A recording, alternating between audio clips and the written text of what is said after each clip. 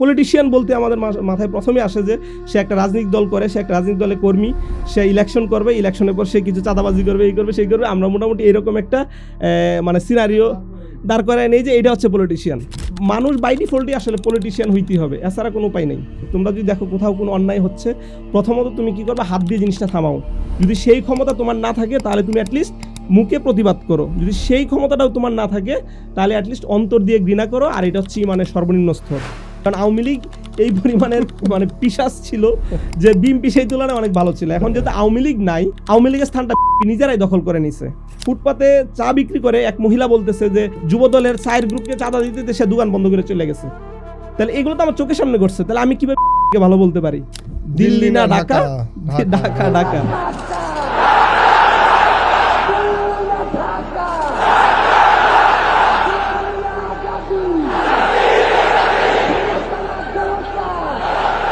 আমরা চাই না যে আওয়ামী লীগ পলায় গেছে, ঠিক আছে, পলায় যাক। তো পলানোরও জায়গা নাই, সো ভালোই হইতে হবে। যে বাংলাদেশে আসলে যেই আসুক আওয়ামী লীগ হইতে পারবে না।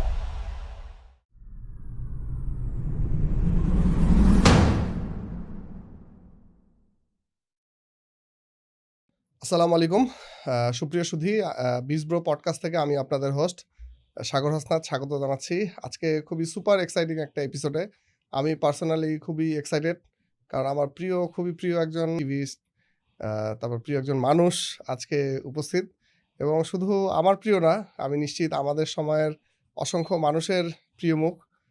তিনি তানভীর আহমেদ আরজাল ভাই আমাদের স্টুডিওতে আজকে উপস্থিত আছেন। আরজাল ভাই, আপনাকে আমাদের স্টুডিওতে স্বাগতম। আসসালামু আলাইকুম। আরজাল ভাইয়ের পরিচয় আসলে আমরা যারা মানে 90s কিডস বা মিলেনিয়াল বলি, যারা আর্লি স্টেজে একটু সোশ্যাল মিডিয়ার সংস্পর্শ পেয়েছি 2010, 12, 14 এই সময়টাতে, তারা আসলে তানভীর আহমেদ আরজাল এই নামটা শুনেন নাই। পক্ষে হোক বিপক্ষে হোক, এটা খুব রেয়ার। ওই সময় যারা এই সোশ্যাল মিডিয়া স্পেসে ছিলেন তাদের সবাই এই নামটা পরিচিত। ভাই দীর্ঘদিন সোশ্যাল মিডিয়া থেকে দূরে ছিলেন, বাট আমরা খুবই লাকি তিনি আবার তার সে আগের পুরনো ফর্মে তিনি ফিরে এসেছেন। তো আমি খুবই এক্সাইটেড, এবং অ্যাট দ্য সেম টাইম আমি খুবই আসলে একটু নার্ভাসও, কারণ আজকে আমরা গত 2 দিন ধরে আরজাল ভাইয়ের সাথে একটা আসলে আমরা ট্রায়াল দিচ্ছি, এবং তার যে কথাবার্তা এবং তিনি যেরকম স্পষ্টবাদী, আমি নিশ্চিত আমি এই এপিসোডের পর থেকে অনেক গালাগালি খাবো, এবং এটা সব পক্ষ থেকেই। জামাতের পক্ষ থেকে খাবো, বিএনপির পক্ষ থেকে হয়তো গালি খাবো, প্লাস আমাদের ইসলামিস্ট যারা আছে তারাও হয়তো গালাগালি করবে। বাট আমি এটা নিয়ে আসলে বদার্ড না, কারণ এই কথাগুলো আসলে সবার জানা উচিত। বা আরজাল ভাই আসলে উনি লেখালেখিতে অনেক অভ্যস্ত, এবং আমরা তার লেখা পড়েই অভ্যস্ত। বাট উনি যে কতটা স্পিচ বা পাবলিক স্পিচে কতটা ফ্লুয়েন্ট, কতটা দুর্দান্ত, সেটাও আমরা ইনশাল্লাহ আজকে দেখব। তো কথা না বাড়িয়ে আসলে আমি আমার মতো আমাদের দর্শকরাও আরজাল ভাইয়ের থেকে শোনার জন্য উদ্গ্রীব হয়ে আছেন। তা আমি আর ইন্ট্রো না টেনে সরাসরি আরজাল ভাইয়ের কাছে কোশ্চেনে চলে যাব। আরজাল ভাই পেশায় একজন সফটওয়্যার ইঞ্জিনিয়ার, এবং উনি এখন থাইল্যান্ডে বসবাস করছেন। তো উনিও কিন্তু আর 10 জন এক্সপ্যাটের মতো ওইখানে একটা ভালো লাইফ লিড করছেন, একটা নিরুপদ্রব লাইফ, চিল করে ফ্যামিলি নিয়ে সংসার সামলিয়ে কিন্তু চালাইতে পারতেন। বাট উনি ওইটা না করে কিন্তু বাংলাদেশের পলিটিক্স নিয়ে উনি খুবই সচেতন, সোচ্চার, এবং পলিটিক্যালি খুবই অ্যাক্টিভ। তার লেখা থেকে আমরা খুবই উপকৃত হই, অনুপ্রাণিত হই। আমাদের অনেক ভুল কনসেপশন, ধারণা, এগুলো দূরীভূত হয়। সো এই যে ভাইয়া পলিটিক্সের প্রতি আপনার এই যে আগ্রহ, ফ্যাসিনেশন, বা পলিটিক্সে আপনার এই পলিটিক্যালি অ্যাক্টিভিস্ট হওয়ার এই পেছনের গল্পটা যদি আমাদেরকে একটু বলেন, আমরা সেখান থেকে শুরু করতে চাই। তার আগে একটু স্পয়লার দেই, আজকে অনেক দুর্দান্ত সব টপিক আমরা কাভার করব। আজকে আমাদের সামনে ইলেকশন আছে, তারপরে আমাদের ইলেকশনের পরে কোন সরকার আসতে যাচ্ছে, তাদের প্রতি আমাদের কী দাবি দেওয়া, প্লাস সোশ্যাল মিডিয়া উনি খুবই অ্যাক্টিভ, সেই বিষয়গুলো আমাদের আসবে, কিভাবে উনি অ্যাক্টিভিজম করেছেন। তারপর আমাদের এই যে জেনারেশন জেনজি, তাদের প্রতি নসিহা, মানে অসংখ্য টপিক। আসলে এইটা 3-4টা এপিসোডে হয়তো শেষ হবে না। আমরা একটা পোর্শন ধরে আগানোর আজকে চেষ্টা করব পলিটিক্স নিয়ে। সো আরজাল ভাইয়ের কাছে আমরা এই তার পলিটিক্যাল অ্যাক্টিভিজমের গল্পটা শুনতে চাই শুরুতেই। সো অ্যাকচুয়ালি আমার মানে পলিটিক্যাল লাইফের গল্পটা যদি বলি তাহলে একদম কলেজ লাইফে যাইতে হবে। আর জিনিসটা হচ্ছে পলিটিক তো জিনিসটা এরকম না যে আমি আজকে রাতে চিন্তা করলাম যে আগামীকাল থেকে আমি পলিটিক্যাল হয়ে যাব অ্যান্ড পলিটিক্যাল হয়ে গেলাম। এটা আসলে হয় না। এটা অনেকটা ধরা যায় বাই বন্ড কোয়ালিটির মতোই। রাইট। সো আমি যখন কলেজে পড়াশোনা করি, আমি নর্ডেম কলেজে পড়াশোনা করছি। তখন হচ্ছে ২০০৭ ৬-৭ চলে। আচ্ছা। তো ওই সময় আমি অ্যাকচুয়ালি ১ম মানে এক বড় ভাইয়ের সাথে থাকতাম। তো উনি প্রচুর বই পড়তেন। তো বই পড়ার পর উনি আমাকে ২ টা বই উনার কাছ থেকে নেই। একটা হচ্ছে যে ৩টি সেনা অভ্যুত্থান এবং কিছু না বলা কথা। ও জোস বই, নাম আরেকটা করেছি। হচ্ছে যে হুম। আমার ফাঁসি চাই, মতিউর রহমান রেন্টুর। সো আমি যখন ৩টি সেনা অভ্যুত্থান এবং কিছু না বলা কথা ওই বইটা পড়ি, ওই বইটা পড়ার পর আমার যে মানে এর আগে যখন আমরা জানতাম যে শেখ মুজিবের লাইফ নিয়ে যত বইয়ে পড়ে আসছি বা ইয়েতে যে শেখ মুজিবকে একদল লোক সুপারহিরো। মেরে ফেলছে, বাট কেন মেরে ফেলছে, কারা মারছে এই বিষয়ে কিন্তু কোনো বর্ণনা নাই। মানে পুরো জিনিসটা হাইড করে গেছে যে মনে হয় শেখ মুজিবকে একদল মেরে ফেলছে, জাস্ট এরকম একটা ডিসক্রিপশনে ছোটবেলা থেকে যাই না বড় হয়েছি যে ওরা সপরিবারে হত্যা করছে। কিন্তু আসলে কেন হত্যা করা হয়েছিল, কারা মারছিল, এই জিনিসটা পুরাটাই কিন্তু একদম ইতিহাসে হাইড করা আছে। যখন আমি এই বইটা পড়লাম তখন আমার কাছে একদম সবকিছু কি ব্যাপার। তখন শেখ মুজিব সম্বন্ধে আমার একটা বিশাল একটা ইমেজ ছিল আমার ভিতরে, ছোটবেলা থেকে গড়ে উঠছে যে শেখ মুজিবের ৭ই মার্চের ভাষণ শুনে, ২৬শে মার্চে, ১৬ই ডিসেম্বরে এগুলো শুনেই তো বড় হয়েছি আমরা। সো আমার কাছে তখন ওই ৩টি সেনা অভ্যুত্থানের কিছু না বলা কথা ওই বইটা পড়ার পর আস্তে আস্তে সবকিছু ক্লিয়ার হয়। মানে শেখ মুজিবের ইমেজটা আমার কাছে কিছুটা তখন মানে ভাঙতে শুরু করে। সো তখন আমার মনে হইলো যে এত কিছু গোপন রাখছে, তখন আমার এই জিনিসটা খুব ইন্টারেস্টেড হই এটা নিয়ে পড়াশোনা করার জন্য। তো এই জিনিসটা খুবই ভালো লাগছে যে মানে আসলে পলিটিক্স সম্বন্ধে অনেক কিছু জানার আছে। এই অ্যাকচুয়ালি অ্যাটলিস্ট ইতিহাস ও আরেকটা জিনিস, মানে ওই বইটা পড়ার পর আমার ইতিহাসের প্রতি স্পেশালি প্রথমত বাংলাদেশের ইতিহাস জানার বিষয়ে আমার সবচেয়ে বেশি আগ্রহ সৃষ্টি হয়। তো জানতে জানতে পরে আরেকটা বই এক ভাই আমাকে বলল, উনি অ্যাকচুয়ালি জামাত সমর্থিত ছিলেন। তো উনি আমাকে ওই বইটা দিছিল যে আমার ফাঁসি চাই, বলে যে এই বইটা তুমি পড়ো তাহলে আরো তোমার বেশি আরো অনেক কিছু জানতে পারবা। তো আমি যখন এই বইটা পড়ি তখন তো আমি হয়ে যাই যে কি পড়তেছি, ঠিক আছে আমরা কি জানি আর কি পড়তেছি। ২০০৬-৭ ঘটনা। হ্যাঁ ৬-৭ ঘটনা। তখন মানে এইটাই আমাকে প্রথম মানে উদ্বুদ্ধ করে যে মানে টেক্সট বইয়ের বাহিরে গিয়ে বই পড়া, যে ইতিহাস জানা, রাজনীতি জানা, এটা আমার হচ্ছে প্রথম ফাউন্ডেশন তৈরি করে দেয়। এরপরে থেকে যেন আমি বই পড়া শুরু করছি, মানে মোটামুটি বই পড়াটা আমার একটা হ্যাবিটের মতো হয়ে গেছে। আর এই বই পড়ার মাঝে আমার প্রথম মানে চয়েস ছিল যে প্রথমে ছিল ইতিহাস, তারপর হচ্ছে রাজনীতি, তারপর হচ্ছে ইসলাম। মানে আমি এই ৩টা প্যাটার্নেই প্রচুর বই পড়ছি আমি। সো তখন থেকেই আমি মোটামুটি দেখা যাচ্ছে তখন ফেসবুক তখনও এতটা হয় নাই। যে ফেসবুক তো বাংলা মানে অ্যাকচুয়ালি ফেসবুক লঞ্চ করছে ২০০৪, আর বাংলাদেশে তো অনেক পরে আসছে, ৯-১০ থেকে মোটামুটি ব্যবহার শুরু হয়ে গেছে আমাদের। কিন্তু তখনই আমি হচ্ছে মানুষের সাথে ডিবেট করতাম এই রাজনীতিক এই বিষয়গুলো নিয়ে, যে শেখ মুজিব কিভাবে মারা গেছে, কেন মারা গেছে, ব্লগ ছিল, আপনি ব্লগে লিখতেন? হ্যাঁ ওটা আরো পরে, এটা আরো পরের ইয়েতে, এটা ভার্সিটিতে ঢোকার পরে। তো তখন এই জিনিসটা আমি যে আসলে ইতিহাস নিয়ে তখন আমি দেখা যায় আমার বন্ধু বান্ধবদের সাথে ডিবেট করতাম যে এই জিনিসগুলা নিয়ে। সো এইটাই আমার অ্যাকচুয়ালি প্রথম মানে ধরতে গেলে রাজনীতিতে মানে একদম অ্যাক্টিভ হওয়া, মানে অ্যাক্টিভ হওয়া বলতে অফলাইনে অ্যাক্টিভ হওয়া। যদিও আমি কোনো রাজনীতি দলে কর্মী না, কিন্তু প্রচুর রাজনীতি নিয়ে কথা বলতাম। এখনো বলেন? হ্যাঁ এখনো বলি, বাট হ্যাঁ এটাই যে প্রচুর, এইটাই হচ্ছে আমার মেইন ফাউন্ডেশন রাজনীতি নিয়ে কথা বলার। সো আপনি তো ভাইয়া মানে পেশায় সফটওয়্যার ইঞ্জিনিয়ার, বাট আপনার প্যাশন তাহলে হচ্ছে রাজনীতি। হ্যাঁ এইটা একটা ইন্টারেস্টিং কোয়েশ্চেন যে আমার আমি পেশায় সফটওয়্যার ইঞ্জিনিয়ার, বাট আমার মেইন প্যাশন আসলে রাজনীতি। মানে রাজনীতি নিয়ে কথা, কারণটা আছে, কারণ দেখেন মানে প্রফেশন জিনিসটা কি, যে আমি মনে করেন যে যদি সফটওয়্যার ইঞ্জিনিয়ার প্রফেশন হিসাবে বলি, আমি এটাকে প্রফেশন হিসাবে নিচ্ছি যে এই জন্য মনে করেন যে আপনি জাস্ট ইনকাম সোর্স, এটা আমার একটা income source family expense bear করার জন্য। বাট পলিটিক্স জিনিসটা কিন্তু এর চেয়েও অনেক উপরে। যেমন আমি যখন রাজনীতি নিয়ে কথা বলতেছি, তার মানে আমি মানে দেশ নিয়ে কথা বলতেছি। রাজনীতি নিয়ে কথা বলা দেশ নিয়ে কথা বলা, আর দেশ নিয়ে কথা বলা মানে হচ্ছে যে আমি দেশের জনগণের হয়ে কথা বলতেছি, আমি অন্যায়ের বিরুদ্ধে কথা বলতেছি। হোক সে ঠিক আছে, আমার বয়সটা হয়তো ওইভাবে রেইজ না, বাট অ্যাটলিস্ট আমার পয়েন্ট মানে পজিশন থেকে তো আমি কথাটা বলতেছি, হকের পথে কথাটা বলতেছি। যেমন রাসূলের একটা হাদিস আছে যে তোমরা যদি দেখো কোথাও কোনো অন্যায় হচ্ছে, প্রথমত তুমি কি করবে, হাত দিয়ে জিনিসটা থামাও। যদি সেই ক্ষমতা তোমার না থাকে তাহলে তুমি অ্যাটলিস্ট মুখে প্রতিবাদ করো। যদি সেই ক্ষমতাটাও তোমার না থাকে তাহলে অ্যাটলিস্ট অন্তর দিয়ে ঘৃণা করো। আর এটা হচ্ছে মানে সর্বনিম্ন স্তর। সো এটাতে বোঝা হয়ে গেল কি, যে আমাকে আমার সোশ্যাল মানে সামাজিক জীবনে বা রাজনৈতিক জীবনে আমি যত অন্যায় দেখবো বা অবিচার দেখবো, আমাকে ওইগুলার বিরুদ্ধে বলতেই হবে, আমাকে সত্য কথাটা বলতেই হবে। সো এটা হচ্ছে মেইন মোটিভেশন আমার, যে আমি তো পারতাম যে ঠিক আছে হ্যাঁ সফটওয়্যার ক্যারিয়ারে আরও বেশি মানে সময় দিয়ে ক্যারিয়ারটাকে আরও বেশি উপরে নেওয়া যায়, পলিটিক্স এইসব ঝামেলার জিনিস অ্যাভয়েড করি। বাট আমার কাছে মনে হয়েছে হ্যাঁ এটা করতে পারি, বাট আমার কাছে অনেকটা এটা সেলফিশ মনে হয় যে আমি ভালো ইনকাম করলাম, ভালো খাইলাম, ভালো পড়লাম, ম্যাকবুক ইউজ করলাম, আইফোন ইউজ করলাম, অ্যাপল ওয়াচ ইউজ করলাম, বাট সমাজে যে অন্যায় হচ্ছে, অবিচার হচ্ছে, এইগুলো নিয়ে কোনো মানে আমার কোনো সামান্য বয়েজে রেজ করলাম না। তো আমার কাছে এটা মনে একটা সেলফিশ লাইফ। সো এই মোটিভেশন থেকেই আমি আসলে ওই দেখা যায় আমার সফটওয়্যার ইঞ্জিনিয়ারের থেকে আমি পলিটিক্স নিয়ে বেশি চিন্তা ভাবনা করি। এবং এটাতে তো মানে অনেক বেশি লোকের লাইফে ইম্প্যাক্ট ফেলা সম্ভব পলিটিক্সের হ্যাঁ মাধ্যমে। এইটা একটা হ্যাঁ মনে করেন এই সিম্পলি একটা জিনিস চিন্তা করে দেখেন যে আমি মনে করেন ভালো টাকা ইনকাম করতেছি, সো এই ইনকামটা দিয়ে আমি কয়টা মানুষের লাইফে ইম্প্যাক্ট ফেলতে পারবো? হয়তো আমি আমার আত্মীয় স্বজনদেরকে হয়তো কিছু টাকা হেল্প করতে পারবো, বাট আমি যখন একটা রাষ্ট্র ব্যবস্থা কিভাবে চলবে, একটা রাষ্ট্রের পলিসি বা কাঠামো কিভাবে নির্ধারিত হবে, সো এই জিনিসগুলো নিয়ে যখন আমি কথা বলবো, তার মানে এটার ইম্প্যাক্টটা আমার লাখ লাখ মানুষের কাছে এই ইম্প্যাক্টটা পৌঁছে যাবে। সো এই ইম্প্যাক্টটা হয়তো হ্যাঁ ইমিডিয়েটলি ভিজিবল হবে না, যে আমি আজকে বললাম আজকে চেঞ্জ হয়ে গেল না, বাট এভাবে যখন আমার মতো যখন শত শত তরুণ বা মনে করেন শত শত যুবক কথা বলবে, বা এক সময় দেশে সবাই কথা বলবে।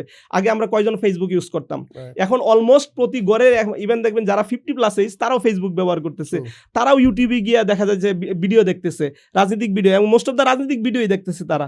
তো এই জিনিসটা কিভাবে আসলো, এই পলিটিক্যাল সচেতনতা? মনে করেন আমরা যখন প্রথম কথা বলা শুরু করছি, এটাই তো আস্তে আস্তে ডালপালা গজে গজে তো আজকে এই বৃক্ষটা অনেক বড় হয়েছে। সো এই জন্য আমার কাছে মনে হয় যে আমরা যেই প্রফেশনেই থাকি, পলিটিক্স, ইসলাম, এই জিনিসগুলোর ব্যাপারে আমাদেরকে কনসাস থাকতে হবে, এই জিনিসগুলো আর কি আমাদের কথা বলতে হবে। কারণ হচ্ছে যে software engineer is not part of my life, but politics is my part of life.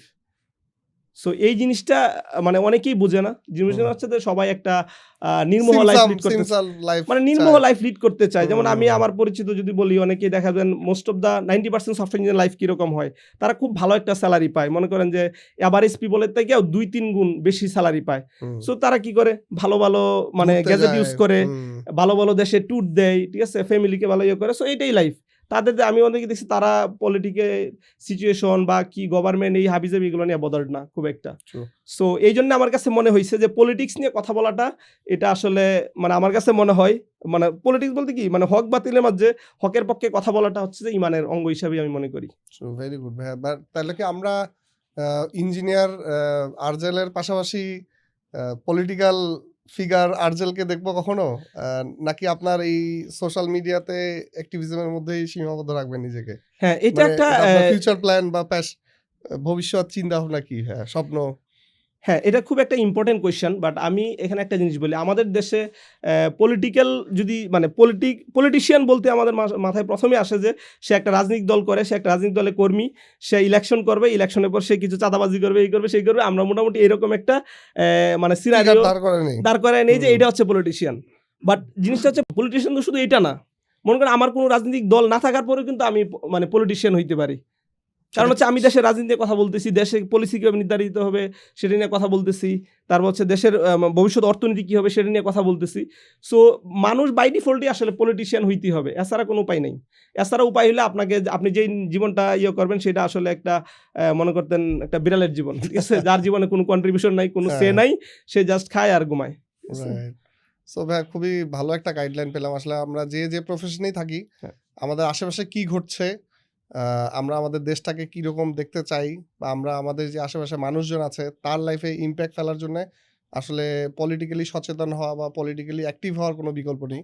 আর এবং এটা তো একটা আসলে জারের মতো, আপনি যদি ভালো লোকগুলা যদি এখানে না আসে, আলটিমেটলি কিন্তু এখানে খারাপ লোকজন দিয়ে ভর্তি হয়ে যাবে। হ্যাঁ অবভিয়াসলি এরকম কোয়ালিফাইড লোকজনের আসলে কথা বলা উচিত, এই স্পেয়ারটাতে আসা উচিত, পলিটিক্যাল স্পেয়ারটাতে। হ্যাঁ অবভিয়াসলি আমি যদি মনে করেন পলিটিক্স নিয়ে কথা না বলি, বা আর একটা ভালো ছেলে যদি পলিটিক্স নিয়ে কথা না বলে, মানে যেই ছেলেটা অ্যাকচুয়ালি জাস্টিস করবে, তাহলে কে পলিটিক্স নিয়ে কথা বলবে? ছাত্রলীগে একজন সন্ত্রাসী কথা বলবে, বা ছাত্র দলে যেই ছেলেটা সবচেয়ে খারাপ সে পলিটিক্স নিয়ে কথা বলবে।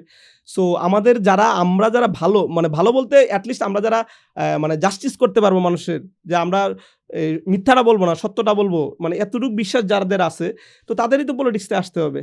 তো আপনি যদি আরও একটা জিনিসটা অ্যাড করে দেখেন, আমাদের মনে হতে যে হ্যাঁ আপনি এইভাবে বলার কি ইম্প্যাক্ট সমাজে, আপনি যদি এটা বলেন, দেখেন জুলাই অভ্যুত্থানটাই তো এইভাবে হয়েছে। জুলাই অভ্যুত্থানটাই অনলাইনে প্রথমে 2-3টা ছেলে হ্যাঁ দেখেন, মানে শুধুমাত্র এই বয়েসটাকে সাপ্রেস করার জন্য তো সরকার ইন্টারনেটও বন্ধ করতে শেষ পর্যন্ত বাধ্য হয়েছে, বাট ফাইনালিও সেটা সে পারে নাই। তার মানে দেখেন জুলাই অভ্যুত্থানটা পুরাটাই কি হয়েছে, পুরা জিনিসটাই স্প্রেড হয়েছে তো এই অনলাইন কথার মাধ্যমেই। এই ছোট So, ছোট আমার ছোট ছোট আপনার হ্যাঁ voice এর আপনার আমার মাধ্যমে। এই বয়সের মাধ্যমেই তো হইছে। So Right. এই জন্য বললাম যে আমাদের কথা বলাটা মানে হকের পক্ষে তো কথা বলা হোক সেটা সামান্য কথা, বা আপনি একজন চার দোকানদার হন তাহলে সমস্যা নাই, কিন্তু হকের পক্ষে কথা বলাটা এটাও একসময় বড় হয়ে আকার ধারণ করতে পারে। এবং আমাদের So, সামনে আসলে বিশাল একটা স্কোপ বা ময়দান তৈরি হয়েছে এই হ্যাঁ সোশ্যাল মিডিয়াটা। একসময় কিন্তু আমরা সাধারণ জনগণ আমাদের ভয়েসটা পৌঁছাইতে পারতাম না। টক হ্যাঁ শো গুলা, পেপার পত্রিকা, কলামগুলা কিন্তু লিমিটেড কিছু মানুষের দখলে ছিল হ্যাঁ সিন্ডিকেট করে। এখন যেহেতু আমরা বলতে পারছি, সো আমাদের আসলে যার যেই প্রফেশনই থাকুক হ্যাঁ সেই প্রফেশন থেকে আসলে আমাদের ন্যায়ের পক্ষে, হকের পক্ষে কথা আসলে বলতে আমাদের হবে। বয়ান জারি এক্স্যাক্টলি রাখা উচিত। এক্স্যাক্টলি সো ভাইয়া আমরা খুব সুন্দর একটা গাইডলাইন পেলাম। তো এখন তো আসলে কবি একটা কথা বলেছে যে ফুল ফুটুক আর নাই ফুটুক বসন্ত। সো আমরা আসলে যে যে রকমই হই, রাজনীতি পছন্দ করি বা না করি, রাজনীতি করি বা না করি, আমাদের সামনে বাস্তবতা হচ্ছে আমাদের সামনে খুবই জাতীয় মহা গুরুত্বপূর্ণ একটা ইভেন্ট, ইলেকশন 2026 এটা উপস্থিত। সো এই পোস্ট 2024 পরবর্তী যে সময়, আমরা তো আমাদের লাইফে ভাইয়া কোনো ফেয়ার ইলেকশনে ভোট দিতে পারি নাই। সো আমাদের সামনে একটা সুবর্ণ সুযোগ আসতে যাচ্ছে 2026 এই ইলেকশন। এই ইলেকশনটাকে ভাই আপনি কিভাবে দেখছেন? জনজীবনে এটার গুরুত্বটা কতটুকু প্রভাব ফেলবে আর কি ভাইয়া? হ্যাঁ, এটা আসলে খুব একটা ইম্পর্টেন্ট একটা কোয়েশ্চেন যে আগামীর ইলেকশনটার গুরুত্ব আসলে কতটুকু? ২০২৬ এর ইলেকশনটা হচ্ছে আমার পার্সোনাল পয়েন্ট অফ ভিউ থেকে বাংলাদেশের ইতিহাসে সবচেয়ে ক্রুশাল ইলেকশন বলতে পারেন। এটার কারণ হচ্ছে প্রথমত হচ্ছে মানে দেখেন, প্রথমত হচ্ছে যে এটা জুলাই অভ্যুত্থানের পর মানে প্রথম ইলেকশন। আর জুলাই অভ্যুত্থানের আগে দেখেন আওয়ামী লীগ পরপর ৩ টা ইলেকশন করছে। ৩ টা ইলেকশনেই মানুষ একটাতেও ভোট দিতে পারে নাই। হুম, সো হুম। এটা একটা কারণ। দ্বিতীয় কারণ হচ্ছে স্বাভাবিকভাবেই মানুষ দেখা যাচ্ছে ১৭ বছর ভোট দিতে পারে না। তাদের আর বাংলাদেশের মানুষের ভোটের প্রতি আলাদা একটা আমেজ। ২০০৮ এর ইলেকশনটা নিয়েও কিন্তু ভাইয়া ইদানিং কথা উঠেছে হ্যাঁ, এবং ওইটা আমরা আগে থেকে ধরে কথা নিলাম। ছিল ওকে ফাইন। হ্যাঁ, এবং রিসেন্টলি তো সরকারের তরফ থেকেও বলা হচ্ছে যে এটা তো ব্যাপক রিগিং করা হয়েছে। হ্যাঁ। আচ্ছা ঠিক আছে। তারপরেও আমি ধরে নিলাম ওইটা তার মানে ঠিক আছে। আমাদের ওটা লাইফে তো যত ভোট দেখেছি হ্যাঁ, সবই সবগুলাই রিগড। রিগিং। সো হ্যাঁ, কিন্তু আপনি এই ৩ টা ইলেকশন তো একদম মানুষ ভোট কেন্দ্রে যেতে পারে নাই। তো আর বাংলাদেশে কিন্তু মানে ভোটিংটা অনেকটা মানুষের জীবনে অনেকটা কি বলে মানে কালচারের অংশ, যে মানুষের ট্রু। একটা উৎসবের মতোই। যে হুম, ৫ বছর পর একটা ভোট আসবে, সেটাতে মানুষ ভোট দেবে, এটা মানুষ একটা মানে অনুষ্ঠানের মতো। তো মানুষ এই জিনিসটা থেকে ১৭ বছর বঞ্চিত হইছে। তো এইজন্যে প্রথমবারের মতো আসছে যে তারা নির্বিঘ্নে ভোট দেবে, এটা একটা কারণ যে এই ভোট নিয়ে বেশি আগ্রহ। সেকেন্ড, আগের যে ভোটগুলা বা হাসিনা সরকারের যে ছিল মানে এখানে একটা মানে আমাদের পার্শ্ববর্তী দেশের একটা বিশাল একটা প্রভাব ছিল। হুম, সো এবং জুলাই অভ্যুত্থানটা হইছে কিন্তু শুধু আওয়ামী লীগের বিরুদ্ধে না, ট্রু। মানে জুলাই অভ্যুত্থানটা কিন্তু হইছে আমাদের পার্শ্ববর্তী দেশের বিরুদ্ধেই। ঠিক আছে? যেখানে আমরা আধিপত্যবাদের বিরুদ্ধে। আধিপত্য মানে পার্শ্ববর্তী দেশে আধিপত্যবাদ। কারণ রাইট। আমরা শুধু আধিপত্যবাদ বললে বুঝায় যে হ্যাঁ, আর আধিপত্যবাদটা কি? আমাদের চারপাশেই তো একটা দেশ, ৩ পাশেই তো একটা দেশ। অপর পাশে আছে মায়ানমার। সো মায়ানমার তো এসে বাংলাদেশের পুরো রাজনীতিতে কোনো প্রভাব খাটাচ্ছে না। তার মানে আধিপত্য না বলে ওই দেশের নামটা বলাটাই ভালো। ঠিক আছে? ট্রু। সো এই একটা জিনিস যে এটা একটা মেইন কারণ। যেহেতু এই দেশের মানে বিপক্ষে অ্যাকচুয়ালি জুলাই অভ্যুত্থানটা হইছে, যে আওয়ামী লীগ শুধু ওয়ানলি আওয়ামী লীগের বিরুদ্ধে জুলাই অভ্যুত্থান হয় নাই। কেউ যদি বলে শুধু আওয়ামী লীগের বিরুদ্ধে বা আওয়ামী লীগ সরকারের বিরুদ্ধে জুলাই অভ্যুত্থান হইছে, তাহলে এর চেয়ে ডাহা মিথ্যা কথা আর হইতে পারে না। আওয়ামী এটা লীগ ওই হচ্ছে নেক্সাসের একটা অংশ ছিল, হ্যাঁ, ছোট একটা অংশ। ওই অ্যাকচুয়ালি ওই এস্টাবলিশমেন্টের বিরুদ্ধে, পুরো হুম, এস্টাবলিশমেন্ট বিরুদ্ধেই হচ্ছে অ্যাকচুয়ালি জুলাই অভ্যুত্থান। আপনি ওই সময় স্লোগানগুলা দেখেন, স্লোগানগুলা কি ছিল? ঢাকা না দিল্লি। ঠিক আছে? কারণ ও জানতো যে আমরা ঢাকাতে থাকলেও আসলে আমাদের Dhaka occupied by Delhi. So আমাদেরকে ওই দিল্লি দেখে আমাদেরকে ঢাকাকে মুক্ত করতে হবে। এটাই তো ছিল আমাদের জুলাই আন্দোলনের মূল থিম। রাইট। সো এখন ঠিক আছে ফাইন, আমরা তো মুক্ত হইলাম, সাময়িকভাবে মুক্ত হইলাম। আসলে কতটুকু মুক্ত হইছি এটা ডিফাইন করবে হচ্ছে আগামী ইলেকশনটা। এই ঠিক আছে? 26 এর ইলেকশন। হ্যাঁ, ২৬ ইলেকশনটা। বাট অলরেডি আমরা যা দেখতেছি অ্যাক্টিভিজম বা নিউজ টিউজ যা দেখতেছি, সবদিকে মনে হচ্ছে যে হ্যাঁ, ওই আমরা ঢাকা না দিল্লি যতই বলি, বাট দিল্লি কিন্তু আবার ঢাকাকে অকুপাই করার জন্য সর্বাত্মক চেষ্টা। স্লোগানেই সীমাবদ্ধ আছে, কিন্তু বাস্তবে আসলে হ্যাঁ, খুব মানে বেশি যে আমরা হ্যাঁ, স্বাধীন এইজন্য হয়েছি। বললাম। তারপরেও এখনো বোঝা যাচ্ছে না হুম, যে তারপরেও কিন্তু ওরা মনে করেন যে পরাজিত হইলেও, মনে করেন ৫ই আগস্ট পরাজিত হইছে, তারপরেও কিন্তু তারা থামে নাই। তারা কিন্তু আবার তাদের ওই কন্ট্রোল রিগেইন করার জন্য কিন্তু মানে প্রাণপণ চেষ্টা করে যাচ্ছে। ঠিক আছে? So True. এইজন্যে এটা একটা মেজর ফ্যাক্টর। তো ২ টা মেজর ফ্যাক্টর বললাম। একটা হচ্ছে যে সাধারণ মানুষের যেমন ভোট নিয়ে যেমন একটা ফেস্টিভিটি। ফেস্টিভিটি থাকে বা যে মানে ফেস্টিভ্যাল একটা আমেজ থাকে, এই জিনিসটা। আরেকটা হচ্ছে যে যেটা বললাম যে আধিপত্যবাদের বিরুদ্ধে, এই ২ টা। আরেকটা হচ্ছে যে দেখেন মানে নরমালি মনে করেন যে কিন্তু ভাই তার আগে যদি সেকেন্ড পয়েন্টটা, আমরা কি ভোট দিয়েই আধিপত্যবাদ নামক এই যে মনস্টার, এটাকে কি পরাজিত করতে পারবো? বা আসলে এই আধিপত্যবাদ আমাদের সামনে যে ২-৩টা অপশন, এরা কি আধিপত্যবাদের বিরুদ্ধে ভূমিকা রাখতে পারবে? আচ্ছা, এটা আমি এটা আসতেছি। আমি মানে থার্ড ইয়েটা বলি যে কেন এই ইলেকশনটা খুব গুরুত্বপূর্ণ। আরেকটা হচ্ছে যে মনে করেন যে জুলাই আগের যে অভ্যুত্থানটা দেখেন যে আপনার ৯০-এর এরশাদের বিরুদ্ধে যে অভ্যুত্থান হইলো বা ৬৯-এর গণ অভ্যুত্থান, ওগুলোতে আসলে কতজন লোক মারা গেছে? আমি ৬৯-এর কতজন লোক মারা গেছে আমি জানি না। বাট ৯০-এ মনে হয় কত সর্বোচ্চ ২০ জনও মনে হয় মারে নাই। তারপরে কিন্তু শাসকদের পতন হয়ে গেছে। বাট এই অভ্যুত্থানে কি হইলো? এই অভ্যুত্থানে কিন্তু আপনি দেখেন মানে লিস্টেডেই প্রায় কত ১৫০০-র মতো। এর মাঝে কয়েকদিন আগে গণকবর একটা পাবলিশ হয়েছে, সেখানে ২-৩০০ লাশ। তার মানে আপনি ধরেন যে ২,০০০ মানুষ এই অভ্যুত্থানে শহীদ হইছে, ৩০,০০০ পঙ্গু হইছে। এগুলো তো একদম পুরা লিস্টেড, ডকুমেন্টেড। সো এতগুলা মানুষ জীবন দিছে, এটা কিন্তু জাস্ট খালি সরকার পরিবর্তনের জন্য দেয় নাই। মানে সরকার পরিবর্তনের জন্য মানে এত লাগে না, ঠিক আছে? মানুষ একটা পুরা একটা মনে করেন সোশ্যাল স্ট্রাকচার ভেঙে দেওয়ার জন্য টোটালি একটা নিউ স্ট্রাকচার তারা চায়। কারণ আগে যে জুলুমের ভিতরে ছিল, জুলুম মানে কি আগে তো একদম মনে করেন যে প্রচন্ড রকম জুলুম সমাজের একদম স্তরে স্তরে কিন্তু পৌঁছে গেছিল। তো এই জন্যই তো মানুষ একদম প্রত্যেক সমাজের প্রত্যেক স্তরে মানুষ কিন্তু রাস্তায় নেমে আসছে। এই জন্যই তো আমরা হাসিনাকে হটাইতে পারছি না। হাসিনার মতো একটা মনস্টারকে হটানো কি এত সহজ কাজ ছিল? যেখানে তার এত বড় সেট আপ, মানে সেনাবাহিনী, পুলিশ, বিজিবি, আর্মি থেকে শুরু করে এমন কোন সেট আপ, হ্যাঁ, সব জায়গায় তার সেট আপ সত্ত্বেও কিন্তু এটা একমাত্র পসিবল হয়েছে যে একদম সমাজের প্রতি স্তরের মানুষ যে জুলুমের শিকার হয়েছে এবং তারা এই জুলুম থেকে মুক্তি চায়, তারা রাস্তায় নেমে আসছিল। এই জন্যই কিন্তু এই মানে অভ্যুত্থানটা সফল হয়েছিল। সো এই জন্য তাদের তো একটা আকাঙ্ক্ষা আছে। যেই পরিবারগুলা মনে করেন জীবন দিল, ২,০০০ মানুষ, ২,০০০ পরিবার, তার বছর যেই পরিবারগুলার মানুষজন পঙ্গু হইল ৩০,০০০, তো ওদের একটা ইয়ে আছে না? ওরা কি জাস্ট খালি মানে একটা দল আওয়ামী লীগ চলে গেছে, অন্য একটা দল ক্ষমতায় আসবে, আসে আবার আগের মতো দেশ চালাবে, এই জন্য তো আর ওরা ইয়ে করে নাই। বা এই যে সাময়িক সরকার থেকে কিছু মানে সহযোগিতা পাচ্ছে, কিছু টাকা পাচ্ছে, ধরেন সেটা ১০ লাখ টাকা পাচ্ছে, এই জন্য তো আর সে তার একটা পরিবারের সদস্যকে হারায় নাই, তাই না? সো তাদেরও একটা স্বপ্ন আছে। সো এই জন্যে এই তিনটা কারণে হচ্ছে ২০২৬ সালে ইলেকশনটা সবচেয়ে বেশি গুরুত্বপূর্ণ আমার কাছে মনে হয়। তো এখন যদি ওই যে সেকেন্ড পয়েন্টটা যেটা আমি যে কোশ্চেনটা করলাম যে ভাই আসলে কি বাংলাদেশের বর্তমানে এক্সিস্টিং যে দলই হোক, জামাত বলেন, বিএনপি, তাদের কি এই এস্টাবলিশমেন্ট বা আধিপত্যবাদের বিরুদ্ধে আসলে ওইভাবে বৈপ্লবিক রোল প্লে করা সম্ভব হবে এই নির্বাচনের মাধ্যমে জিতে আসার পর? আচ্ছা, এইটা আসলে খুবই একটা মানে মানে কি বলে এটাকে, খুব ক্রিটিক্যাল একটা কোয়েশ্চেন যে আসলে এই নির্বাচনের মাধ্যমে কি আসলে আমরা ওইখান থেকে বেরোয় আসতে পারবো কিনা। জিনিসটা হচ্ছে যে মনে করেন যে ভারত আমাদের প্রতিবেশী রাষ্ট্র, এটা তো আমরা অস্বীকার করতে পারবো না। মানে এটা অস্বীকার করার উপায় নাই। এখন জিনিসটা হচ্ছে যে প্রতিবেশীর সাথে তো সম্পর্ক থাকতেই পারে।